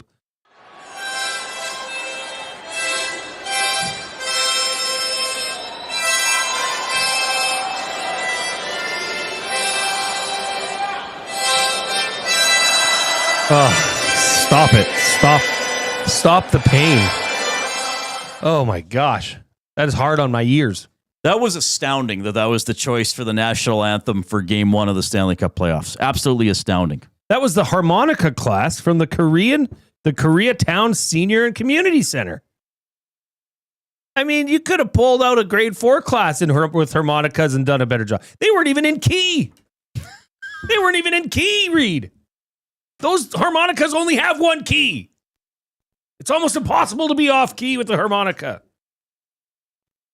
I saw from Sports Illustrated, an article on Sports Illustrated today applauding the fans for getting into it and singing the anthem, which created a few goosebump moments. The only goosebumps from that were cringeworthy goosebumps. That was so bad, I was embarrassed for that organization. That was terrible. And I think they started singing because they wanted to drown it out. I mean, that was, and by the way, the Canadian national anthem was not much better. Please do yourselves a favor and find somebody. There was an LA King who I think I saw smirking during the anthem when they did a pan of the bench. Like, if I were I can't imagine what it's like to be a player, but you're still a human being. You know what the anthems usually sound like. Like, certainly they would have been aware, oh, this is different. I mean, it was just such a strange choice. Harmonicas. And like, where did they have them stowed? Were they in the Yeah, they were kind of on a perch. Well, Rogers Place has that perch they use with the band or something like that. Yeah. Were they? I mean, I don't get it. I really don't. Drew Dowdy in the nasty chat. I personally requested the harmonicas. I knew it would throw Connor off his game for 1.96 periods. Well, that's pretty good. Mission accomplished. That's pretty good. I just don't understand that. Was there no sound check? Was there no, hey, yeah. Well, that's the thing. They didn't sound great. Like, were they not mic'd up properly? Put them in stereo. Yeah. Give them some auto-tune. It's a microphone in place there. It was like somebody was holding a microphone underneath the two kids that were the loudest. That's all you could hear. I mean, did anybody ever think to ask, hey, can you send in some tape of the harmonica class from the Koreatown Senior and Community Center? Yeah, we just want to see it before we, open the door to let them do this. There's no way they could have heard them before that. It must have been a friend or a favor for somebody. I don't know. But, it was great. It made me laugh out loud before the game. It was an LOL. It was. I did find that extremely awkward. And usually I don't care about anthem stuff. I know there's some buildings that are known for having rousing anthems. So I'm like, okay, that's cool. But that was an odd choice. We'll see what they do for game 2 tomorrow. By the way, I want to remind everybody we had some good submissions right off the hop. So I'll reintroduce this. Our off-topic topic for William Huff. Name a dance move after Philip Deneau. Name a dance move after Philip Deneau, based on his reaction to the Wallman somewhat high hit in the third period that did lead to a pretty big goal for the Los Angeles Kings.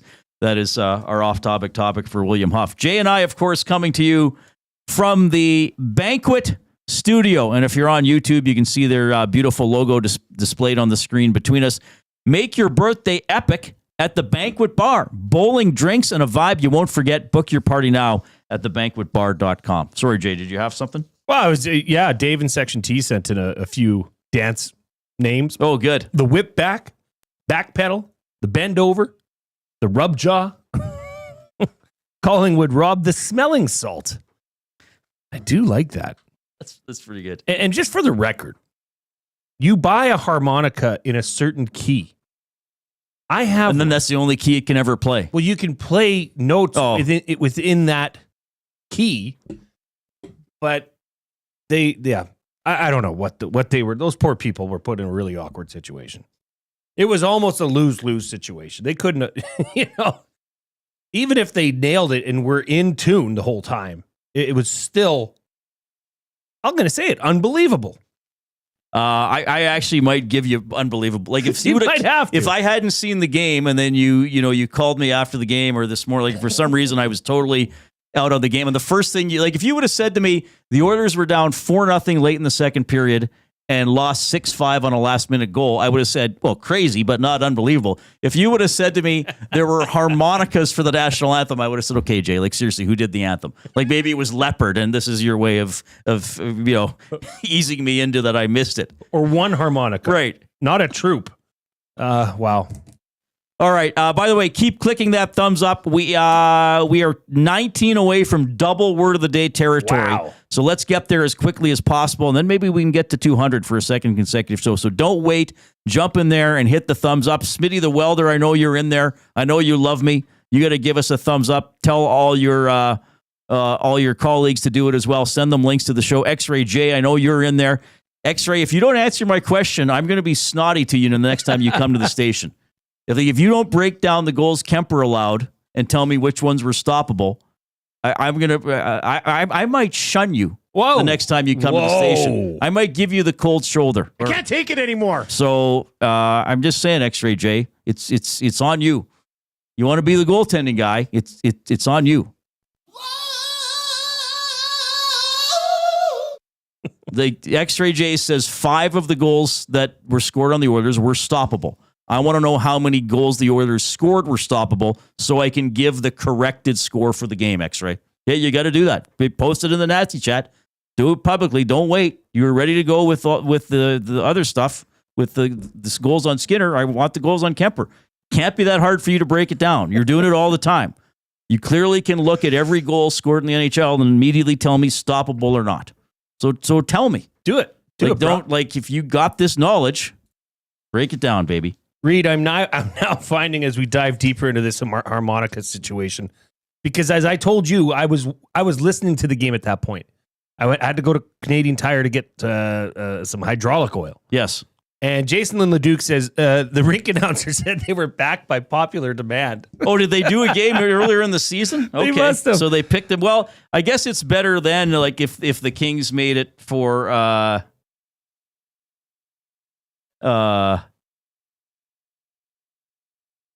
if they made the Stanley Cup final, and then that was game well, one. They won.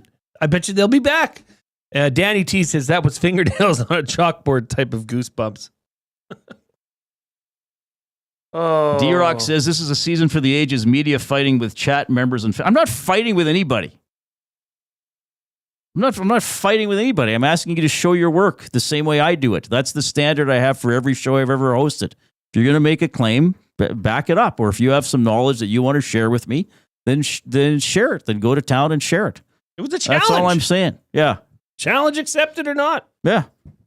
Settle down. It's a challenge. I'm bringing my harmonica in tomorrow. Please do. Yeah. Play a little ditty. Well, in the spirit of continuing to irritate people, we're going to talk about officiating around the NHL in the first round when we get back.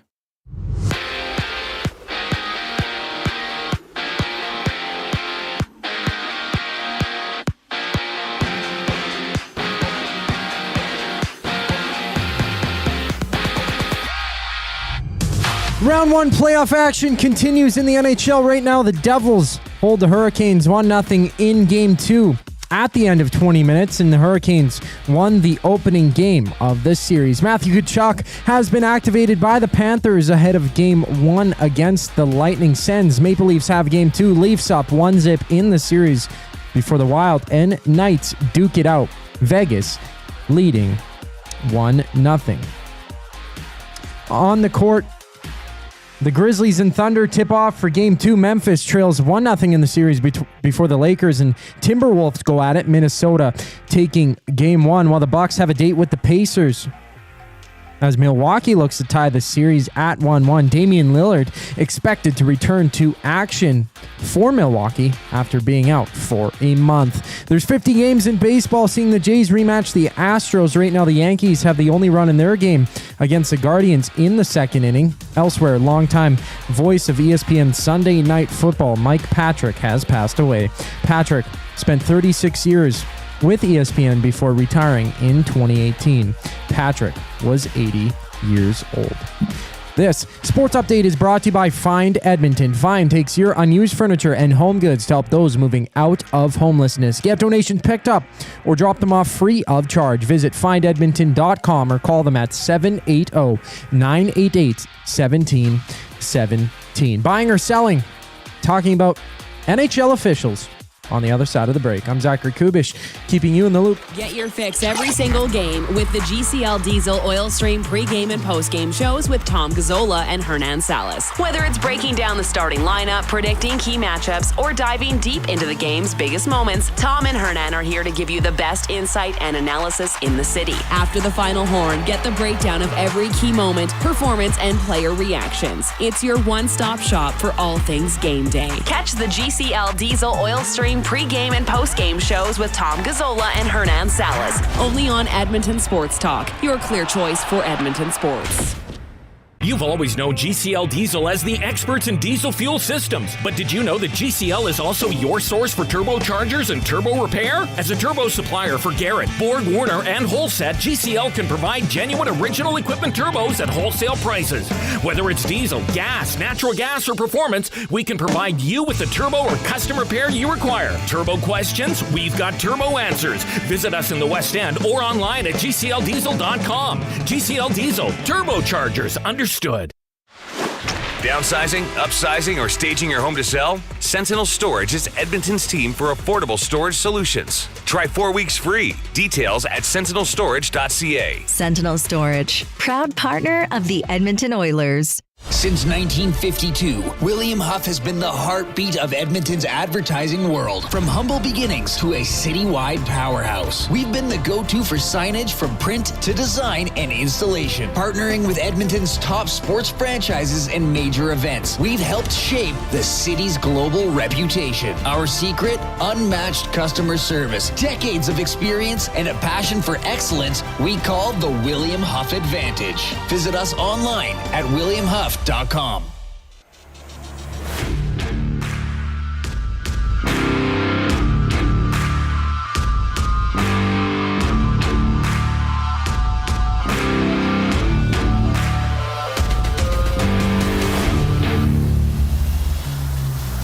Good to have you tuning in this afternoon. Got a limerick here emailed to me, read at edmontonsportstalk.com from Jeff in YYZ. Here we go. That's Toronto, by the way. Maybe he's specifically at the Pearson Airport. The Oilers today are quite terse. Manchester Miracle was not reversed. Reid said Oil in 4. Now we need just one more. Game 2, Oil breaks LA loss curse. Not bad. I like rhyming terse and reverse. Pretty good. Jeff and YYZ. I don't know if he's written one before. That was a good effort. I got one. You want to hear it? You wrote one? No. This comes in from Mr. Stu. Air quotes, well, actual quotes, Swiss cheese Skinner. Okay. Real, I think, is a Skinner lover. The Oilers played dumb in LA. Now EST's gone full doomsday. Reid's ranting with flair. Dusty's losing his hair. While Tommy just whispers, okay. Pretty good. It's not bad. Pretty good. Love getting the limericks. The Nasties, the audience has done an incredible job. We've been doing that almost the entire life of the show. Probably a couple months in we started. Yeah, I wonder why. Because it's fun to write a limerick. Did you would have written I started by writing a few a day, and then people started sending them in, and now I really only write them on special occasions. Like yesterday, I wrote 3. How about this one for our off-topic topic? The dance move named after Philip Deneau. Bronco Nick winning. He says, the Deneau Floppo. That is pretty good. That's a good transition to take us into buying or selling. Presented by Damon Bunting, a consistent top-producing realtor in the greater Edmonton area for over 17 years. He and his team would love to help you find that right home or make the move from your current home. Community-driven, he understands what it takes to make a difference in our city. Check him out, DamonBunting.com. Instagram handle, Damon Bunting Real Estate. So we are going to spend a few minutes, not the entire rest of the show. What? We are going to talk about officiating. I've been mystified. Certainly by some, I watched that Ottawa-Toronto game on Sunday. There were some okay, I guess you're calling that. And then Jay has some. So if you're not on YouTube, we'll talk you through this. You may know already what we're going to talk about here with cross-checks and stuff. Well, I mean, this was obviously, and you're right. Stick shouldn't be up that high for Wallman. Don't give the opportunity for the ref to call it. Yes. But the sell job was embarrassing. I mean, now you look at a real cross-check. Oh, by the way, this one on Brendan Gallagher was not called. Right. This was not called. Look where the referee is. He comes right in. So this is Gallagher getting absolutely popped in the mouth. Again. Yeah. I mean, so you have obviously different refs, different series, but I mean, can you imagine the casual fan? I think hardcore NHL fans, or just like, hey, I like watching the Oilers, that kind of fan. Right. They get it. They know that what happens tonight may be a penalty. What happens tomorrow night may not. Right. But you see this, for the casual fan, you'd be laughing at this. I mean, how can you as an NHL ref take yourself seriously? How? How could you? If they all have the same rule book, they all have the same examples. But here's the problem. I guarantee in the summer when they have their, hey, let's get together and talk about referee things camp at Lake Suckawanna, you stink. Yeah.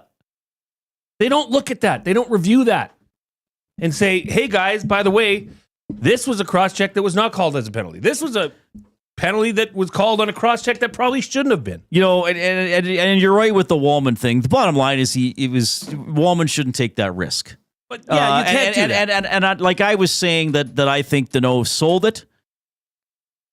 Perry tried to sell the glove, the Kemper glove and Kemper wasn't even trying to punch him. I think he was just moving or trying to catch the puck or something. If you want to talk about Corey Perry. Well, and here's the thing from last night. Now, first of all, the fact that Gallagher cross-check was not called, I don't know how a referee can look at that. And I know sometimes we say, well, there's game management, but I say, well, but it is the referee's job to manage the game. Absolutely. Sometimes, right? Like sometimes in a scrum, they might allow 2 angry guys to face wash each other for a couple seconds and then say, okay, guys, you done? That's enough. I do think you have to do that, but not calling that cross-check to the face, which, well, we got to protect the head. We got to, that could concuss a guy. right? So that's really frustrating that like to me, it's more frustrating that the Gallagher cross-check wasn't called than the Walman one was. Like, to me, that's inexcusable. Yep. And it shouldn't matter if it's on Gallagher or if he's a dink sometimes or whatever. You know, like a lot of guys in the NHL play that way around the net. From last night, Danault gets away with the flop. Perry gets away with a blatant trip that robbed the Kings of a 3-on-1. Like, he just tripped the guy. Very blatant. That should be called, and the Kings were mad about it. The Hyman illegal check to the head. Gager and I were watching it. Maybe there was head contact. I don't know how the referee could see it from that angle. And that really isn't called unless it's much worse. Like I said to Gager earlier today, that was to me, that almost looked like a referee that when they had their Zoom meeting before the playoffs. Hey, reminder, guys, we don't want any head injuries. Like, remember, illegal check to head is a penalty. And he was like, oh yeah, I got to call. And then he can be the one like, hey guys, like, you know, like, hey, I called an illegal check to the head penalty. You realize I did that, right? The Perry goal. That was bad. The 5-3 goal. That's a good point. He cross-checked the Perry cross-checked his was it Edmondson? He cross-checked the guy marking him out of the way. Was it a vicious cross-check? No. Probably wasn't any worse than the cross-check on Matthews that gave the Leafs a 2-man advantage against Ottawa on Sunday. Now, it's different referees in different games and different series, but I can understand why it's frustrating. Guys, look, for those of you who've listened to me for a while, you know, sometimes I will go out of my way not to talk about the referees because I don't want to seem like I'm making an excuse or I'm just going, you know, let's go lowest common denominator and just pick on the refs. It's been a bad first round for NHL referees. And sometimes I just say I'm going to avoid talking about it. But there's been enough... Yeah. There have been enough goofy situations or outright bad calls or confusing calls. And let's not let the linesman off the hook. Shouldn't have been icing against the Canadians. Patrick Laine gets the defenseman for the Capitals steps up on Laine, cross-checks him to the ground, which maybe could have been, but the cross-checking is so inconsistent. Gets called for icing, Capitals score off the icing. Like, if the rule is you can't step up on an offensive player and stop him from playing the puck. If you do that, you don't get the benefit of an icing call. Then that should be one of the easier things to enforce for a linesman. Yep. Anyway. Well, I thought you were going linesman with the apparent overruling of the linesman last night, who said that puck hit the glass on the way out when Walman cleared it, and that was overruled, so the Oilers had to challenge it. That was a tough call. That was weird. I didn't think they would overturn it when the call on the ice was that it went off the glass. You mean by the linesman that was standing right there? Yeah, I know. I know. What are you doing? No, the linesman from across the rink, or the referee actually from across the rink, had a better angle on it. Yeah. Yeah, it hasn't been, and this is not why the Oilers lost last night. It's not why Ottawa lost the other night, though. I thought they got the short end of a couple calls. It may have been the reason the Canadians lost. That was a linesman, not a referee. But it seems more often than not, watching the first 3 days of the playoffs, I've thought that's an iffy call, or that's a missed call, or that's a blown situation by a ref. Well, and it's not, we're certainly not saying woe is me or woe for the, that's not it. It's just, it's a problem. A lot of people, not just us, are talking about it. And I don't understand when the NHL is going to step up and actually do something about it, because they seemingly don't care. Right. And I've always been the first one to say, and I have interviewed Tim Peel, who I know a lot of people don't like, and quite frankly, I've kind of soured on a couple things he's done since I interviewed him, but he was interesting to interview. I have interviewed some WHL officials, and I remember one of them said, just remember, I said, like, what's the one thing you would want fans to know if they're mad at a ref? And the guy said, just remember, it looks different on the ice than it does from the stands. And that's a great point. They don't have the TV angle. They may be trying to see around a guy. But like the Gallagher thing, how do you not see that he got cross-checked in the chops? One of the two guys. And then, like you said, the one guy is right there. Right there. You can see it in the video. Is right there. Yeah, it's just you're not refereeing and managing the game at that point. Because that's how games can get out of hand. Right? And I mean, I don't know if you want to even dive deeper in that first penalty of the game on Kulak. mean, that's just a hockey play. Swimming your arm over somebody and hitting theirs on your way through to get the puck is going for the puck, right? Right. He's entitled to that puck as much as the LA Kings player was there. Yeah, I mean, there might have been a bit of a hold there, but the frustrating thing for fans is it's like, well, wait a minute, that wasn't called in the other game I watched. Or like, what? How is that? Well, McDavid could have had 2 penalties on him when he took the puck to the net and passed it to Perry. When he went past and... Well, I think Gavrikov was getting a hold, wasn't he? Was that the one where there was going to be a penalty? I think that's the one. But... I didn't see a hand. Okay, that would be... I think there was the hand going up on one of them. That'd be refreshing to know. But I think the hand was going up on one of them. But again, this is the frustrating thing. Kulak gets called for holding a stick for 0.2 of a second. And Gallagher gets cross-checked in the mouth. And one's a penalty and like I've said with the little taps on the hand through the neutrals, oh, that's a hook. Oh, that's a slash. He bobbled the puck and got it back immediately. But we're gonna enforce that. And the crazy thing is, and I've said this for years, it seems to me the closer you get to the net, the more you can get away with. I get it to some extent. That's where a lot of battles happen. There might be a little more shoving and things like that going on, but a cross-check to the face should be a 2-minute penalty. And the most blatant missed call last night should have went to Corey Perry on that tripping. That was he hooked his Bobby Orr him. He hooked his skate around the he hooked his stick around the guy's ankle and lifted. Yeah. No, we're not going to call that. Well, he's 2-on-1 is bad enough for his team to give up. Like, they can't give up a 3-on-1. Like, it's very lucky. It's confusing what they're looking at. And I would say it has not been buying or selling. It's been a good first round for the officials so far. I am selling on that. Okay, let's go into the final hour of the show with a strong click total. If you're watching on YouTube, we need 8 more for double word of the day territory. So jump in there right away. Click, click, click. Must you click? Please, please click. Must you click? You must click. Thumb, thumb, thumb. And if you want to text us, you're using the afternoon inbox, 780-218-9999, presented by River Cree Resort and Casino, home of the Kitchen Restaurant. All-you-can-eat prime rib buffet for just $49.99 every Sunday from 4 to 10 p.m. Play more tables, game of the night coming up. The EST Hangout. Why does every Oilers coach always revert back to putting McDavid and Draisaitl together? Probably considered stupid.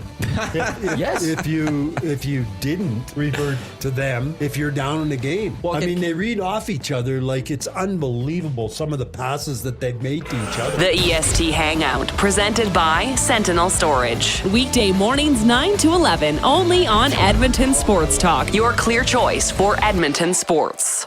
Spin to win Fridays at the Banquet. Every Friday, spin the wheel for a chance to win big and save on your bill. It's that easy. Spin, win, and save. Don't miss out. Details at thebanquetbar.com. The Banquet. Get real. Play hard. At Mind 360, we invite you to embark on your mental health journey in a safe and comfortable space. Conveniently located in St. Albert, Mind 360 has a diverse team of experienced clinicians that offer a broad range of tailored services for children, adults, and families. Furthermore, we are very proud to serve our military, veterans, and first responders. If you're looking for counseling, treatment, or assessment, understand that you are not alone. Contact Mind 360 at mind360.ca to book an appointment today. Looking for quality building materials and friendly advice? Visit us at Windsor Plywood Leduc, family owned and locally run since 1993. From interior materials for doors, flooring, baseboards, and all the finishing touches to all you need for your outdoor projects like cedar lumber for decks and fences, plus all the plywood you'd need. Our full-time on-staff carpenter can help with anything odd-sized or custom, and from domestic hardwoods to exotic selections, we've got you covered. And if we don't have it, we'll track it down for you. Windsor Plywood Leduc. We're the experts you need to know.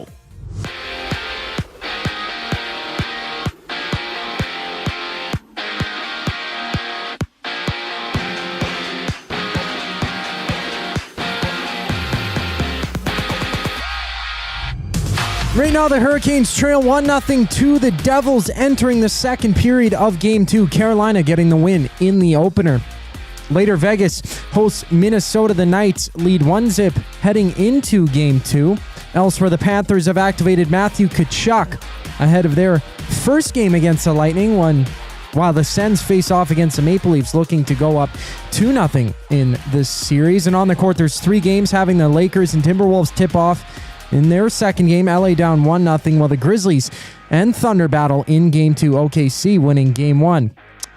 Bucks and Pacers get underway in just a moment. Indiana leading 1-0. In baseball, the Jays and Astros rematch on a 15-game slate. Chris Bassett gets the ball for Toronto. 4 games are live right now. Nationals up by 2 runs over the Orioles, exiting the first inning. In football, Mike Patrick, the longtime voice of Sunday Night Football, has passed away after spending 36 years working for ESPN. Patrick was 80 years old. I'm Zachary Kubish. That was your sports update. The third and final hour of the Reid Wilkins Show starts right now.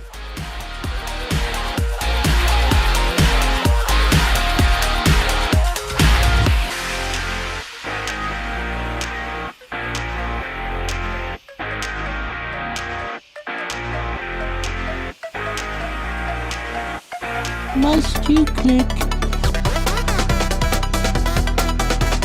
Click. Thumb. Must you click? Thumb, thumb, thumb. Click, click. All right, there it is. We've made 155. Let's just see. We're almost at. Let's go for 200 thumbs. Let's see if we can get there. We had what did we get to? About 335 yesterday. Extended show. Big audience on day 1 of the playoffs. We got a pretty good audience today. So if you're in YouTube, or if you're listening on iHeartRadio, TuneIn Radio, hop into YouTube for a second if you can. Send the link to other people. Say, check out this show. Give them a thumbs up. Let's keep rocking and rolling with that. New Jersey 1, Carolina 0. Bill Belichick's at the game. They just put him on TV. He's having a beverage. He's not wearing a hoodie. It took me a second to recognize him. Wonder what he's eating. What do you think that is? A cookie? Does he have a beer? He does have a beer. That's okay. Oh, maybe it's a ginger ale. Or it could be a ginger ale in a Budweiser cup, Jay. Yes. Yeah. Okay. I don't drink, but I want people to think I drink. I want people to think I'm hip. You know, the kids on campus. Read it up this. Yeah. I got to fit in with generation. What's the current generation called of university kids? Would they be Generation Y? Because millennials aren't millennials now going into their 30s? Who would know? I like looking this up. He wants to be cool so he can hang out with his girlfriend's friends. Who? Oh, wait, no, that's way too young. Hold on. What are you? Gen Z. Gen Z? What am I? I'm 43. I don't know. I think I'm on the cusp. I'm right on the cusp of something. I think there's You're one. old. You'd be between X. True. I'm kidding. Because I'm pretty much in the meat of Gen X, I believe. Gen X born between 65 and 80, so I'm 74. Yeah. So that's what I mean. Millennials or Generation Y, 81 to 96, as Carolina ties the game 1-1. Gen Z born between 97 and 2012. So you'd have university kids in that Gen Z, and Gen Alpha is born from 2013 to 2025. So I'm an elder statesman of the millennials. Yeah, I guess you would be. Yeah. The eldest. You'd be an elder. You'd be an elder millennial. I think that fits. Good evening, elder millennials. Well, no, you'd be addressing the younger millennials. No, they'd call me elder millennial, the eldest millennial. Oh, right. Okay. Yes. I think Gostisbehere got the goal here for Carolina. Those jerseys are terrible. I believe speaking of lucky goals, I mean, that's hockey. Right? He takes a shot. It's blocked. Bounces off Markstrom, who's in position to make the original save, and the rebound goes right to Gostisbehere, who shoots it in. You got to get a bounce or two along the way. Oh, the limerick from VR Montenegro. Good guy. 2 periods of play an utter disgrace, followed by a third to make your heart race. Complete jubilation into devastation gets a molten magnanimous embrace. That is really good VR. Well done. Does that stand for virtual reality, Montenegro? VR? Yeah. I don't know. It's probably something. We'll never know. Well, we can find out. Let us know. He'll tell us. Maybe. He'll tell us. I thought this was a good one for our off-topic topic for William Huff. Name a dance move after Philip Deneau. Waddy in Cloverdale says, You did to know I was faking? That's a good one. Mike the Michigan fan, Philip the no dance move has to be called the Le Flop. He was doing his best LeBron impression. Oh, don't tell Dusty that. Don't tell Dustin that. No, he would be mad. He likes LeBron. All right. And let's face it, Perry was trying to draw a penalty as well. Markstrom's mask is badass. Did you see that? That's who's the guy? The guy from the Star Wars with the double saber. Oh, Darth Maul. Oh, is that who he has on his mask? I think never so. even noticed that. That's it. Oh, cool. The double lightsaber. Yeah. From the Phantom Menace. Of course. Terrible movie. Who could forget? Well, that's a forgettable film. I've never seen it. Should I? Are you sure? I don't think that's Darth Maul. It looks like it. I think that's just a satanic image because they're the devils, Jay. Oh, yeah. I don't know. Escape room I know moments. Darth Maul looked kind of devilish. I don't know if that's. I don't think. Maybe it's putty. Somebody will know. Yeah, somebody. There'll be some goalie mask expert out there, or Tom Gazzola will check in. Do you remember that episode of Seinfeld when Putty arrived with face paint on to go to the Devils game? And Elaine, when he's a big Devils fan in real life, right? Patrick Warburton. I don't know. I think he is. I believe that he is. Putty. All right, keep clicking that thumbs up on YouTube. Let's push to 300. We need 30 more. We can do it. We got almost an hour left. We will have a double word of the day, though, coming up a little bit later on. Right now, our game of the night presented by Play More Tables and Games. Play more tables and games. From ping pong and pool tables to darts and dome hockey, plus all the classic arcade action you could ask for, visit Canada's Game Room Experts. Locations in Edmonton and Calgary are online at playmoregames.ca. They provided us with the classic arcade machine that we've had now for a few months here. I've been playing a little bit of track and field on it today. Been a while. I haven't been playing as much, but I don't play daily anymore, but I'll still get in a couple days a week. I'm still fairly decent at it. Yeah, you went to the second round. Javelin. The javelin's way too So high. in the first round, you have to throw 70 meters to pass the javelin. Yeah. Then what do you think it goes up to in the next round? You'd logically think 80? At 75 max. goes up to 85. Yeah. Brutal. Should call the game. It's diabolical. Is that Nintendo? No, I think it's Konami. Konami. I think is Yeah. Konami still around? I don't know. even know who makes video games anymore. I might send them an email. Dear Konami, your game that you made over 40 years ago has unrealistic achievement standards the second time through. Please send us a patch. Konami is still around. It looks like now they're mostly involved in VLT-like games, like slots. Oh, it makes sense. They're based out of Las Vegas. We could see John Klingberg tomorrow for the Edmonton Oilers, but I'll just get this from Chris Knoblock. Here's what he had to say about Evander Kane and then Klingberg. Yeah, going in the week before, we expected almost everybody being available for the first round, and if not, for game one. Vander's very close, has not been cleared by the doctors yet, but like I said, we're going to see him at some point during this series, and or I assume we are. But to say that he's going to play in game two right now is a little premature, so we will just wait and see when he's coming in. Klingberg is very close also, and that's another option that we have to add a guy like that. Last night we're chasing the game. Obviously, it would have been nice to have to add a little more offensive flair. But, I think we're looking at what's best for our group, and but Klingberg is a very good possibility. All right. So, going by that, it sounds like Klingberg's going to play tomorrow. And it sounds like Kane won't play tomorrow, but I guess we'll find out more at the morning skate. Klingberg would not, Knoblock would not name the starting goaltender for tomorrow. I think it's going to be Stuart Skinner once again, but I guess we'll find out. You know who is playing tonight? Who? Florida, Tampa Bay, game one. That's your game of the night? Yeah. Guess who's in the lineup? Matthew Tkachuk. Good player. Game one. Carolina up 2-1, by the way. Is that Martinuk scoring? I'm not sure. Yeah, I think so. He's from Leduc. Martin Nuke Leduc. Hasn't played since the Four Nations face-off, Reid. He certainly didn't play in Game 82 yet.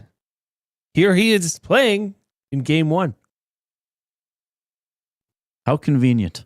Do you think the message from the NHL head office was not sent to the Florida Panthers facility? Oh, I don't know about that. Come on, Reid. Let's get into the mud a bit. You go ahead and jump right in. I don't know. I mean, Elliot Friedman was saying this, right? That the league suggested that it would be a bad look if players that were on LTIR just magically appeared in Game 1. Right. Why? Why is that a bad look? It's happened before, Gary. That was all the time. It's in the. You're not breaking any rules. In fact, you're following them to the T. But I guess those rules don't apply in Florida, just like taxes. Jeez, gosh, they get away with so much in Florida. Anyway, that's your game of the night. Has to be. Well, I've got to go obvious here. Senators, Maple Leafs. We'll see if Ottawa can bounce back. I think they can play better, but we saw how good Toronto is. So, yeah, Martinuke's just scoring, shorthanded. So 2-1 Hurricanes leading the Devils. 13:50 left in the second period. Sens Maple Leafs start in about 25 minutes. Panthers Lightning 6:30, and then at 9 o'clock Mountain. I'm not confused. I didn't say the wrong time by accident. At 9 o'clock Mountain, the Wild play the Golden Knights. 11 Eastern. I got news for you. Now, no one here. Well, we have people listening in the East. Oh, sure. 11 p.m. What time is that in Newfoundland? Is that 11:30? I believe that's 11:30. There you go. Yeah. I used to see that all the time on CBC. Yeah, they used to always do that. They had that extra half hour for Newfoundland. That was pretty good. 780-218-9999 is the River Cree Resort and Casino inbox. You can email Reid at EdmontonSportsTalk.com, Jay at EdmontonSportsTalk.com. If you're taking us in with the visual element on YouTube, you can participate in the nasty chat with us and with each other, talking about NHL. People are upset today. I get it. Your favorite team lost in not great fashion for the Oilers last night, but for the most part, people have been pretty good. Well, I was going to ask you this question off the top. Are you less optimistic for the Oilers or more optimistic No, I'm the same. I still think they can win. I still think they can figure it out. I expect it. Like, here's the thing. I expect it to be close. I expect it to be tense. I expect it to be there to be errors. I expect it to be difficult at times. I expect it to be disappointing along the way. It's like a microcosm for life, Jay. That's deep, bruh. Thank you. I got a limerick that came in from Robert. Good. Sent to me on my inbox, Jay at EdmontonSportsTalk.com. There once was a ref so blind, with missed calls of every kind. Players yelled with dismay as he went his own way, while the fair play was left far behind. Who's that from? Robert. That's pretty good. I think this is the first time limerick. That's a pretty good effort. It's a very good job. Yeah, I don't mind that one at all. That's a pretty good job. Reid, we must remind people, if you're watching on YouTube and you have not yet subscribed to Edmonton Sports Talk, right below the show title, Oilers lost Game 1, now what? There's a button that says subscribe. If you have not clicked that and subscribed to Edmonton Sports Talk, do so. And we're growing our subs through the playoffs. It's a mission. Yeah, this is the time to do it. Time to do it. Everybody get in there. Make us a habit. Make us a part of your day. We're live and local, 6 a.m. to 6 p.m. minimum every weekday. We're extending this show for the 8 o'clock Oilers playoff games. We'll go until 6:30. And then on a day like tomorrow, Tom and Hernan will take over the stream at 6:30 with the GCL Diesel Oil Stream pregame show. So we have you covered. We got all our analysis. We got Matt Cassian. We got Joaquin Gage. We got Shawn Belle. We got guys who have played. And we are definitely all over it. Well, we are here for you. Even when I know sometimes I give people a hard time. That's just my personality. I give people a hard time around the office all day. But I care about you. I think the more you give hard time to, that's like, the more you care. And sometimes if that's how I handle it anyways. Sometimes I give back to people what they're giving. Sure. Right. It's all fair. Smitty, no, the Canes' first goal not shorthanded, I believe, but the second one was. By the way, we are camped out in the banquet studio. Spin to win Fridays at the banquet. Spin the wheel for a chance to win big and save on your bill. Details at thebanquetbar.com. We might have to try that out on this coming Friday. Spin to win Fridays at the banquet, thebanquetbar.com. You want to go? Sounds intriguing. Sure. Well, we could take Dustin there for his birthday, maybe. It's coming up. It's his birthday on Friday? No. I think it's Saturday, isn't it? Huh. Wait a minute. I think it's Sunday. Sunday, perhaps. We'll have to give him the birthday bumps on Friday. We'll come dressed as LeBron.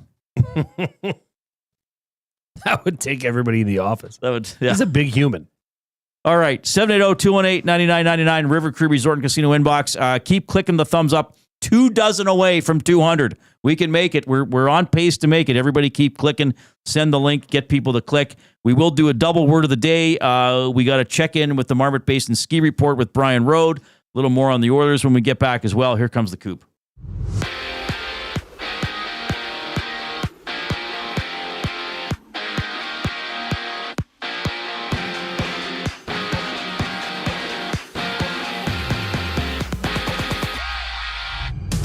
Right now, the Hurricanes lead the Devils 2-1 in Game 2. With Carolina's goals coming from Shane Gostisbehere and Jordan Martinook with about halfway left in the game. Later, Matthew Tkachuk returns for the Panthers in Game 1 against the Lightning. The Sens and Leafs face off as the Sens look to tie the series at 1 apiece before Vegas and Minnesota duke it out. And on the court, the Pacers hold the Bucks 19-12 in Game 2. Indiana leading the series before the Grizzlies tip off with the Thunder, and the Timberwolves take on the Lakers. Memphis and LA both trail 1-0 in their series. And the MLB sees 15 matchups with Toronto rematching Houston. Right now there's 7 games underway. Padres hold the Tigers 2-0 in the third, while it's tied at 1 for the Reds and Marlins midway through the third inning. In football, Mike Patrick, the longtime voice of Sunday Night Football, has passed away after spending 36 years working for ESPN. Patrick was 80 years old. This sports update is brought to you by Windsor Plywood Leduc, locally owned and operated, serving Leduc and surrounding areas since '93. They have doors, flooring, baseboards, and of course, they got plywood. Go see the knowledgeable staff today at Windsor Plywood Leduc. The show rolls on once we get back from break. I'm Zachary Kubish, and you're up to date. The Nielsen Show with Lieutenant Eric. Craig Button with us on the show this morning. Evan Bouchard, don't get your team in the hole and then go, oh yeah, well, I was really good. I got us out of the hole. That's not playoff hockey. We saw what he did last year in the playoffs. When he wants to be laissez-faire, and not just those turnovers that led to goals, but on some other plays in the game, not good enough. I don't care if he had 3 assists. Don't get us in the hole. The Nielsen Show with Lieutenant Eric, presented by South Fort Chevrolet. Weekday mornings 6 to 9, only on Edmonton Sports Talk, your clear choice for Edmonton sports. Strike up some fun at the Banquet Bar. Bowling, drinks, and a great time with friends where the good times roll.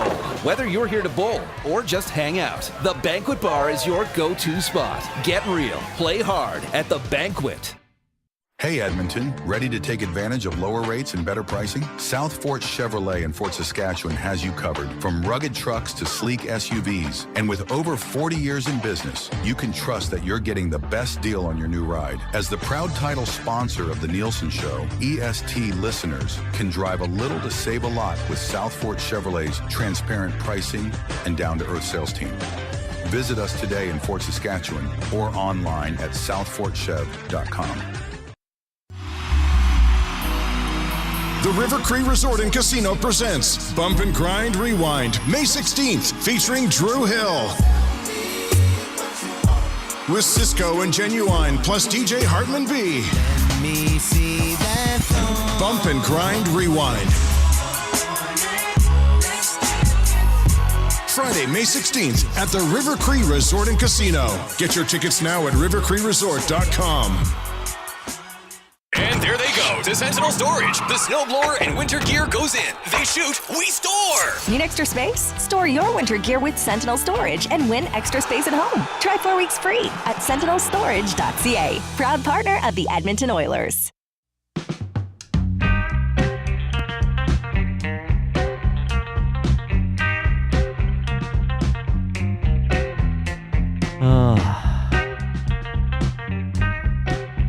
Oh, my goodness. Hope you're having a great... What day of the week is it? Tuesday afternoon.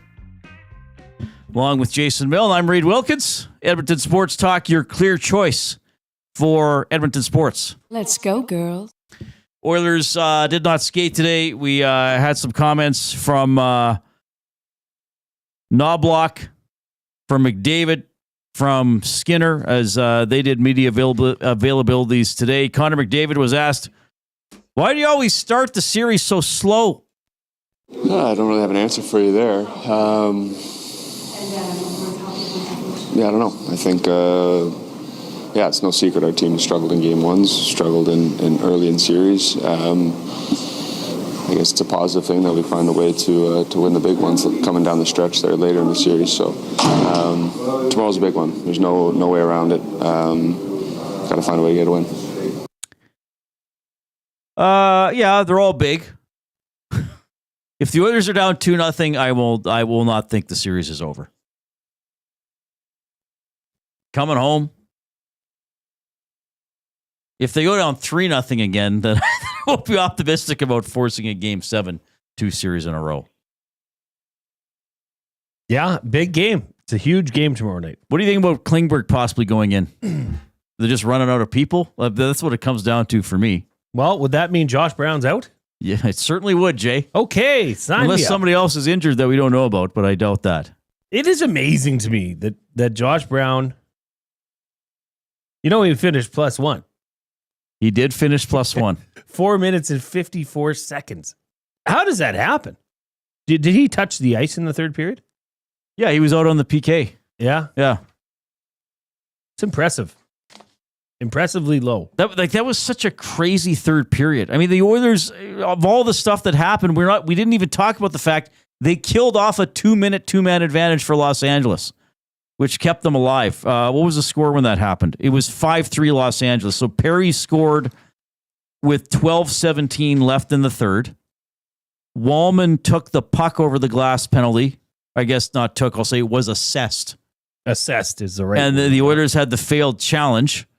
And now I believe, Jay, that's the first challenge I've seen of that because that rule was in place for this year. I had not seen that challenge this year. Certainly didn't happen in an Oilers game. For over the glass? Right, and you can't challenge to say, the puck went, or you can only challenge to try to negate a puck over the glass penalty. And let's face it, if that's not a playoff game, or if that's not the situation that it was, do you think Knoblock even bothers challenging that? Because I would think he knew that the odds weren't in his favor. Well, but you're thinking we got 12:17 left, The thing is Wallman really fought hard for that. You could see it. He was almost excitedly asking Chris Knoblock to challenge it. You've got to challenge that. You could see him say it on the bench. Right. And then he skated over and he ticked the glass. Yeah. Saying that's where it hit. When a player is that emphatic about it, it's not, I don't think that's a shtick. I don't think you can turn that on in that point of the game. I know we've had that rule in place for a while. I know there are a lot of fans that still don't like it. I've sort of come to accept it. I get why it's there because, of course, in a situation, if your team is under pressure, a defenseman could get the puck. He's exhausted. He can think, okay, I'm going to aim for the 2 inches below the top of the glass. If I hit that spot, I clear it, and if I miss, I found a way to get a whistle. So it eliminates the safety of that. I suppose you could argue and say, well, Wallman can't cut it that close. Didn't have to make that play, all that kind of stuff. But that was frustrating at the time. But a big moment that the Oilers killed that off, right? I'm going through my notes here. 8:26 left. What did I wrote? Perry down. Kemper glove to face. And then Anderson got a penalty for hooking Arvidsson with 6:46 left. The Oilers didn't score on that. I wrote down end of the power play. Did anybody else notice this? Did God, I know how to say it, everybody. I'm not saying that naughty word on purpose. I keep screwing it up. Gavrikov. It's a good thing the Oilers didn't get him a few years ago when he was on the block.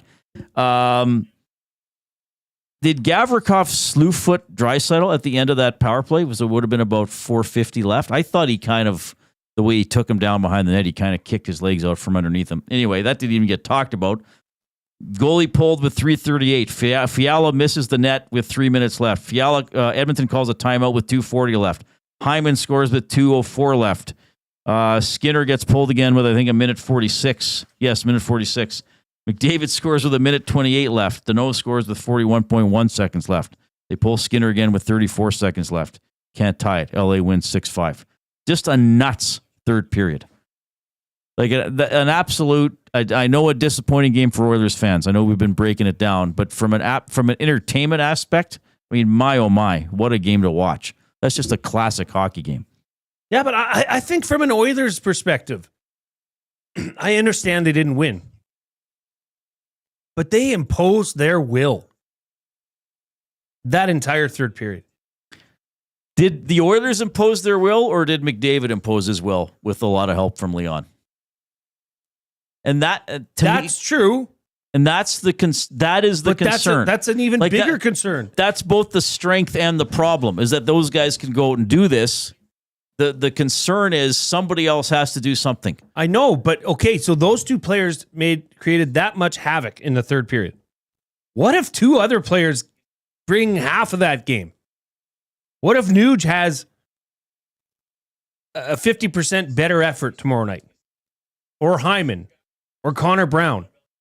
Then that's troubling. Nuge and Connor Brown are two guys. Like, Connor Brown started on McDavid's line. You know, and Nuge you need more from for sure. I mean, again, I think Janmark and Perry were the Oilers' best forwards after Draisaitl and McDavid. So good for them, but that's also a little bit of a, like, if Janmark scored, and like I've said, I like how Janmark plays, and I realize the whole thing, he hasn't scored on a goalie all season long. Well, he scored on a goalie in his last two playoff games. He got the Oilers' only goal in Game 7, and he scored last night. But if Janmark scores, it should sort of be a bonus on top of what other people were doing. Yeah. You know, not like, thank God Janmark scored, because nobody else other than McDavid created anything. So it's well, we'll see, I guess. It's likely to be a long series, but that game, I do feel for all the fans who are like hyper emotionally invested. I mean, that game was exhausting. Sure. Like, I felt like, holy crap. Like, by the end of it, I was like, the second period felt like it was 3 days ago. The Kings having a lead felt like I was still back in the regular season. Zulu in the nasty chat, confident, says Oilers are going to steamroll these fools tomorrow. Or maybe he means us. Maybe he means we're the fools that are going to get steamrolled. Possible. Very, very likely. So, Reid, here's a question. Let's say Evander Kane goes tomorrow.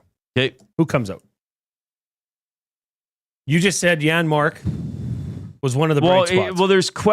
Well, we didn't even talk about Frederick, because I think the guys talked about it earlier. Somebody wrote in to Tom last night while I was doing Reid's Reads for Edmonton Garrison Memorial Golf and Curling Club on the post-game show, that somebody noticed that Frederick had trouble turning in one direction. I didn't notice that myself. I wasn't watching specifically for it, but it seems to be a thought that's out there. So is Frederick healthy? You know, I don't think so. Should he even be playing? And I quite frankly, I didn't think he played bad. I thought he was, in the action more than some other people. I wonder if Frederick would come out for Kane. It doesn't sound like Kane is going to play tomorrow. I wouldn't take Janmark out. I don't think Henrique's coming out. Perry's clearly not coming out. Okay, I hate to say this. Is Jeff Skinner the odd man out again? Yes. If you're not taking out Janmark. Jeff Skinner. Okay, I'll throw you another name. Connor Brown. Ooh. Now, he scored a few late in the regular season. Yeah, I will, and look, I'm just telling you what I saw. I'm not making the loss all about one player, but we're talking about what happened last night. I struggle to remember anything Connor Brown did in that game. He played 12:42, so clearly he didn't play as much as you would have thought given the line he was starting the game on. Janmark only played 10:49. Frederick played 9:11. And obviously, so for forwards, Frederick was the only forward under 10 minutes. I'll throw something out at you. Let's say Kane can't play. Would you go 11-7 and play Dineen and Klingberg? And just say, okay, we're going to rotate. Those top four guys are still going to play a lot. And then out of Emberson, Dineen, and Klingberg, we'll just see who's playing the best, and they play.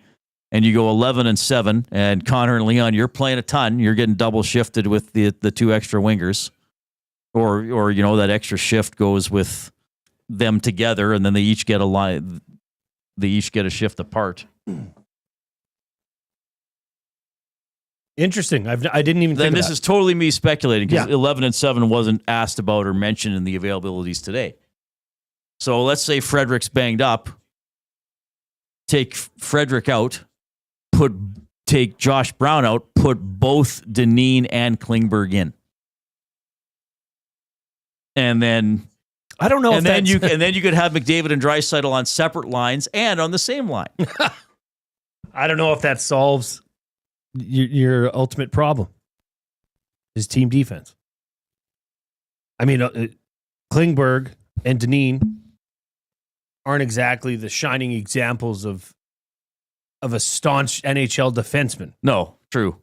So you might be compounding the issue that you already have. Well, yeah, baby. By adding another one to the mix. Another one. Well, or again, we talked about this earlier. Like, is there a way to not play Bouchard so much? Yes, Reid. You only play him on the power play. I'm not kidding. Like, don't play him 5-on-5 at all? No. What if the Kings never take a penalty? Too bad, bruh. I don't know. You could play the momentum of the game as well. I mean, obviously, I know that's No, not you're oversimplifying it, but I know what practical. you're saying, yeah. But give Evan Bouchard the opportunity to succeed, right? Which is not putting him in tough matchups, not relying on him defensively. You can't. It's bad. It's very bad. He's doing an excellent job. Oh, yeah, I had this in my notes too. Is it at all like to think that he could get $10 or $11 million this offseason? Is that actual? Or is this, you know, I know it's been, you probably have heard it around the water cooler or joked about. He's doing a great job of saving the Oilers organization some money. I don't know if that's even realistic or if it's already set because the other signings throughout the league. I mean, Chychrun got an 8-year, $9 million deal. Right. Bouchard's a much better offensive player than him. Right. Well, it's one thing that Bouchard lacks intensity and physicality. It's another thing that he put a backhand pass in front of his own net to two members of the Los Angeles Kings. Like, it can't be both, right? Like, it's either sometimes you throw the puck away and that's your only weakness, or you don't hit a lot and that's your only weakness. But when he has a bad game, it's both. So, you know, he throws the puck, and the one up the boards wasn't great, but, you know, Nurse was there and was in a puck battle. And then that was the one where the Oilers got four guys caught almost behind the net. So there were other screw ups on that play. But like the little backhand pass to the front of his own net, like you can't make that pass. You have to eat the puck or rib it up the boards or put it in an area where that isn't as dangerous. And sure, maybe the timing with McDavid, I know teams do break out through the middle. It's not forbidden like it used to be. But he has those, and then as we were talking about, he has the back check on Foegele where he's there, but he's not there. He's there, but he's not engaging, you know? But that's effort. That's not a lack of skill. Effort and awareness. No, that's a lack of awareness, and he's just not an engaged physical player. Well, then I'm sorry. Then that is not in the, you know, you're not worth $10 to $11 million a year then. Well, if he doesn't redeem himself in the playoffs, we're going to there'll be serious discussions about. Oh, it's true worth. Right. To this organization. 780-218-9999 is how you text the afternoon inbox, presented by River Cree Resort and Casino, featuring Italia Restaurant, home of the $6.99 brunch special from 11 a.m. to 4 p.m. on Sundays. We have a double word of the day. Let's keep getting in those clicks on YouTube, that little thumbs up button. Click, click, click. Must you click? Please, please click. Must you click? You must click. Thumb, thumb, thumb. We're about 15 thumbs away from 200. Let's see if we can get to that plateau for two. We actually got over 300 yesterday. But let's see if we can get to 200 today. Words of the day, Marmot Basin Ski Report coming up after the Coop.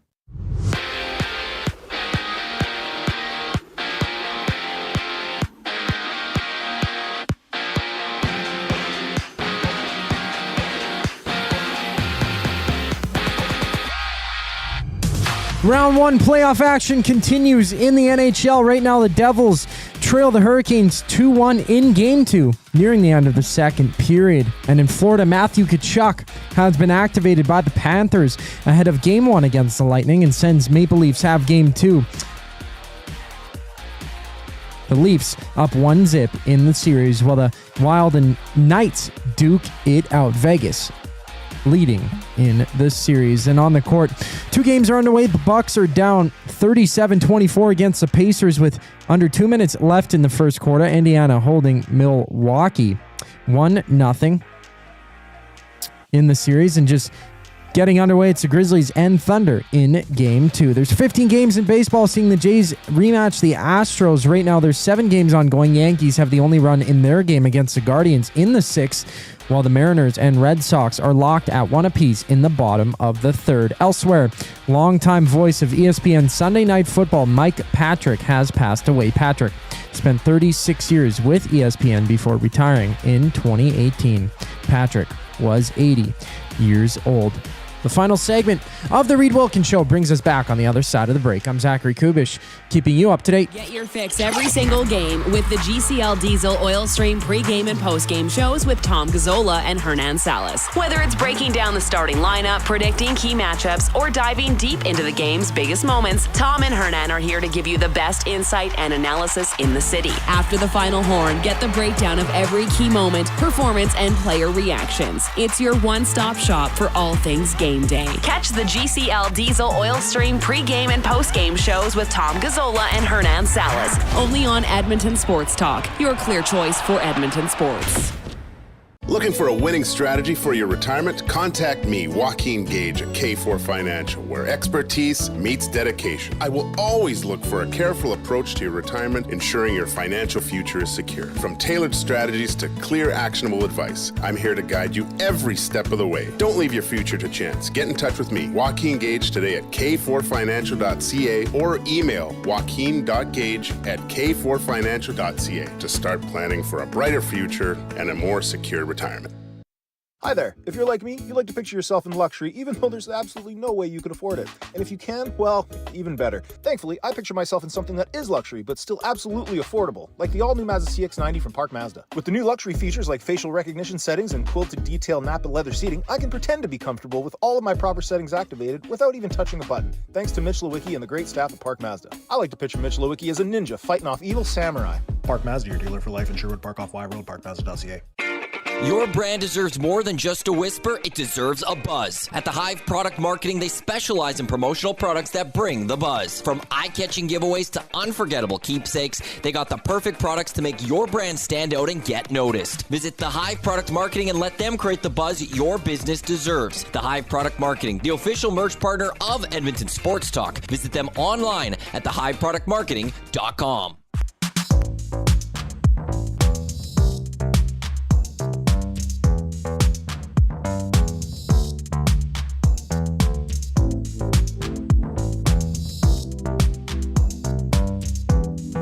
Game 2, Leafs Senators underway. We've flipped over to that on the ESTV. The game not quite 3 minutes old. Still looking for the first goal. Leafs up 1-0 in the best of 7. So the Oilers resume their series in Los Angeles tomorrow night.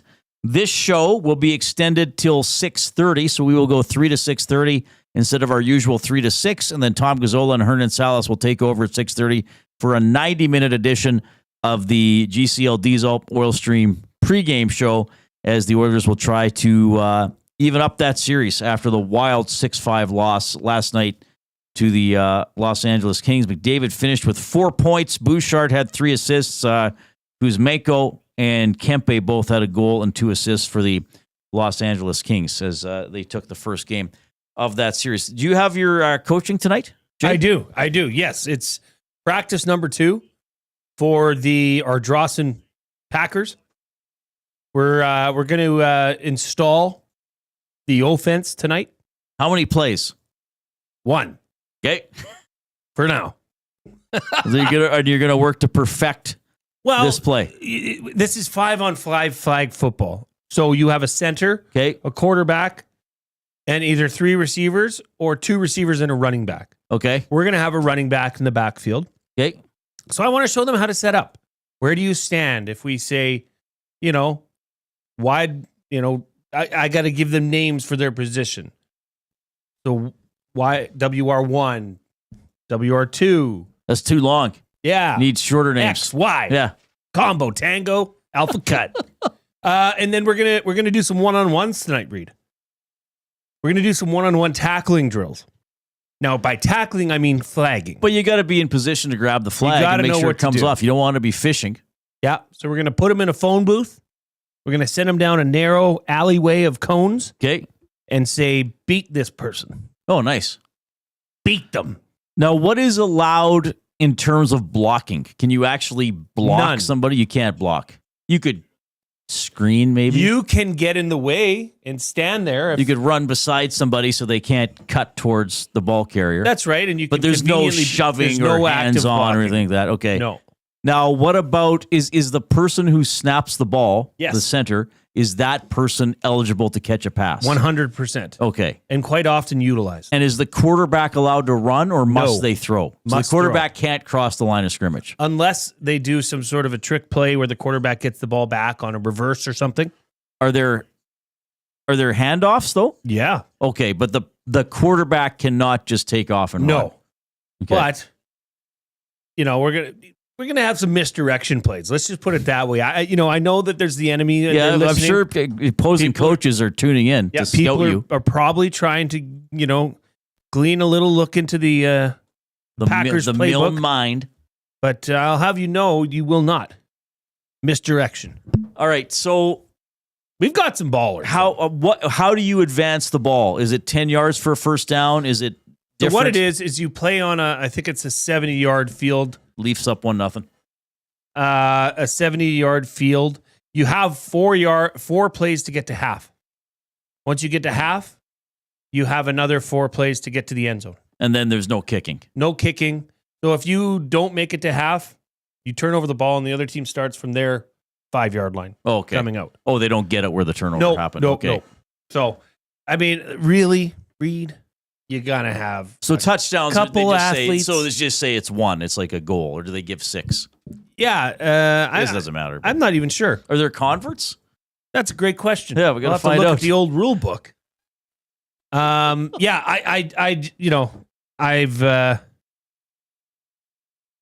got some plays. I've got some athletes. Well, you'll have it, but there must be other dads who have played or coached high levels of football, or other coaches, I guess. But like I said last week after, and we're going to do a full recap tomorrow on the practice. Don't you worry. I know you're waiting with bated breath. I was just stunned by the amount of athletic kids that are on this team. How old are they again? 10? 10 and 8 and 9. 8 and 9. Wow. Yeah. U10 kind of thing. And do they all understand football, more or less? None of them one of them out of 11 knew what the name of the Edmonton football team was. Right, but that's what I'm talking. Well, that's a little alarming. But do they understand football involves a ball? Where you run or pass to get yardage to get in the other team's end zone. And that was part of my surprise, because usually you're going to get half the kids that do, and half are very much new to football. Okay, which is fine. Yeah, but they're all on a very heightened level to start, which is good. So I think we can really dig into that. Schedule comes out this week. It's like the NFL, really. Are there Sunday nighters? Saturday. I'll do play-by-play if you want. Saturday morningers. Or Dustin could. I could host. I could think of 1,000 things Dustin would probably rather do than call my daughter's flag football game. But feel free. Leafs up 1-0, 4.5 minutes into game 2 against the Ottawa Senators. We have that on the ESTV here in our studio. And a second intermission now. Hurricanes leading the Devils 2-1. All right. Good job with the thumbs, everybody. We're sitting at 185. Maybe we can still make a late rally to 200, but pretty good total. Easily double word of the day territory. Let's go. The word of the day with Reid and Jay. Oh, I'm sorry. Did I break your concentration? What do they got to say? Say what again? Say what again? I dare you. Let's find out. English, do you speak it? Then you know what I'm saying. Okay, now was that called? Yes, that was called. Tanev with an obvious high stick on Brady Tkachuk, which he made sure the referee saw, but still. Word of the day number 1. Now, was it yesterday I went 4 for 4? 4 for 4. Or 4 points. I get two words I have to spell and get the definition, and I got 4 out of 4. Even last night, my mom was like, "How did you know what a warren was?" Yeah, that which one. is basically a rabbit hole. That's right. A rabbit home. A den in the wild. Yes. Yeah. That's Somehow I knew what it was. Shocked. All right, and then what was the other word? Fastidious. Fastidious was the other word, which I also knew the meaning of. I mean, you could have docked me a quarter point for that definition, but it's game day. I knew the spirit of the word. Yeah, I needed. I'm here for happiness. I need to get off to a quick start. All right, let's see if I can stay hot. Positivity. First word, askance. Askance. Askance.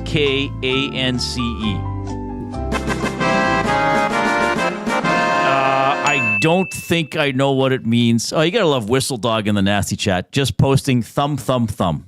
Thank you very much.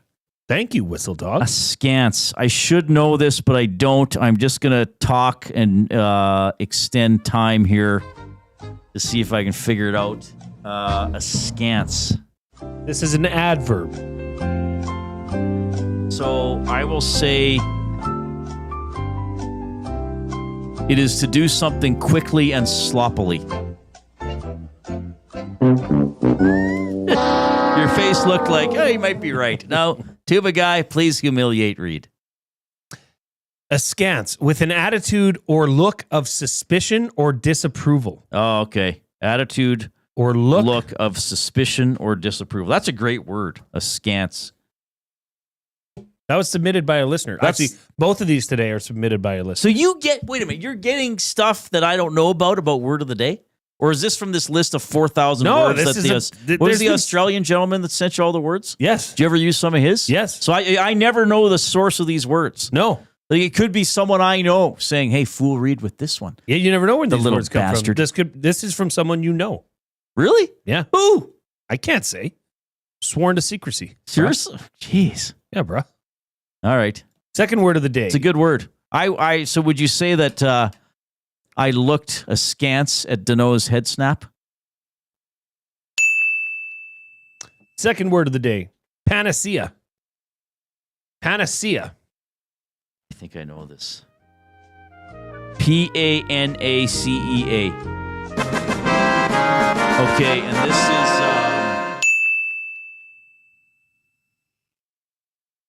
this is like it's sort of like encompassing all varieties of something. Like the Pizza Emporium had a panacea of all the toppings. Come on. No, come on. No. Okay, say your definition again. Why? Why?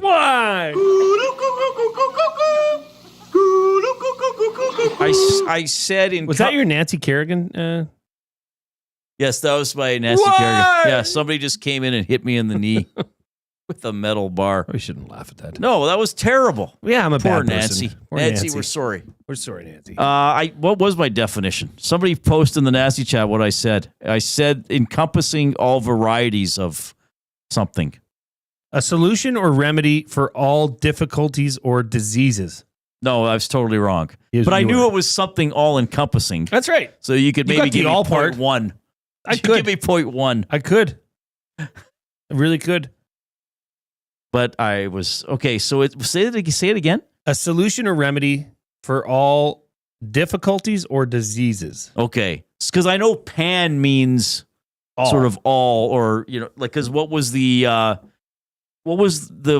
Earth called when, what was the supercontinent Pangea. called? Pangea. Yeah.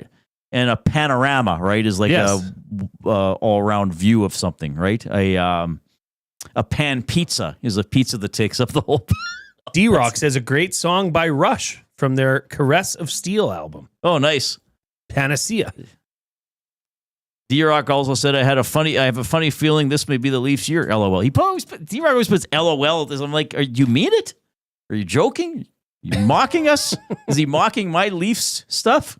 I don't think so. I think he's mocking. It's all right. All right, so I got 2.1 out of 4. Yeah, but I am 4 for 4 in spelling this week. Yes. Your spelling's on point. And even my definitions were, like, there was something where I was like, wow, you're 180 degrees from the definition. Like panacea. They were fair. I was they were fair stabs at it. They were fair. They were they were stabbily okay. Stabbily. Yeah, they were very stabbily. Oh, what a great day. A lot of great Oilers talk. A lot of fun was had on this show and the station throughout the course of the day. Hey, we got to 190 thumbs. Pretty good. You can still tell people to click after the fact. Really appreciate it. Live programming resumes at 6 a.m. with the Nielsen Show all the way through all our programs to the face-off. Oh, my God, I said the name of the former show I used to work on. The pregame show for GCL Diesel with Tom and Hernan at 6:30 tomorrow night. On behalf of Zachary Kubish and the glue guy, Jason Milne, I'm Reid. Take care, eh?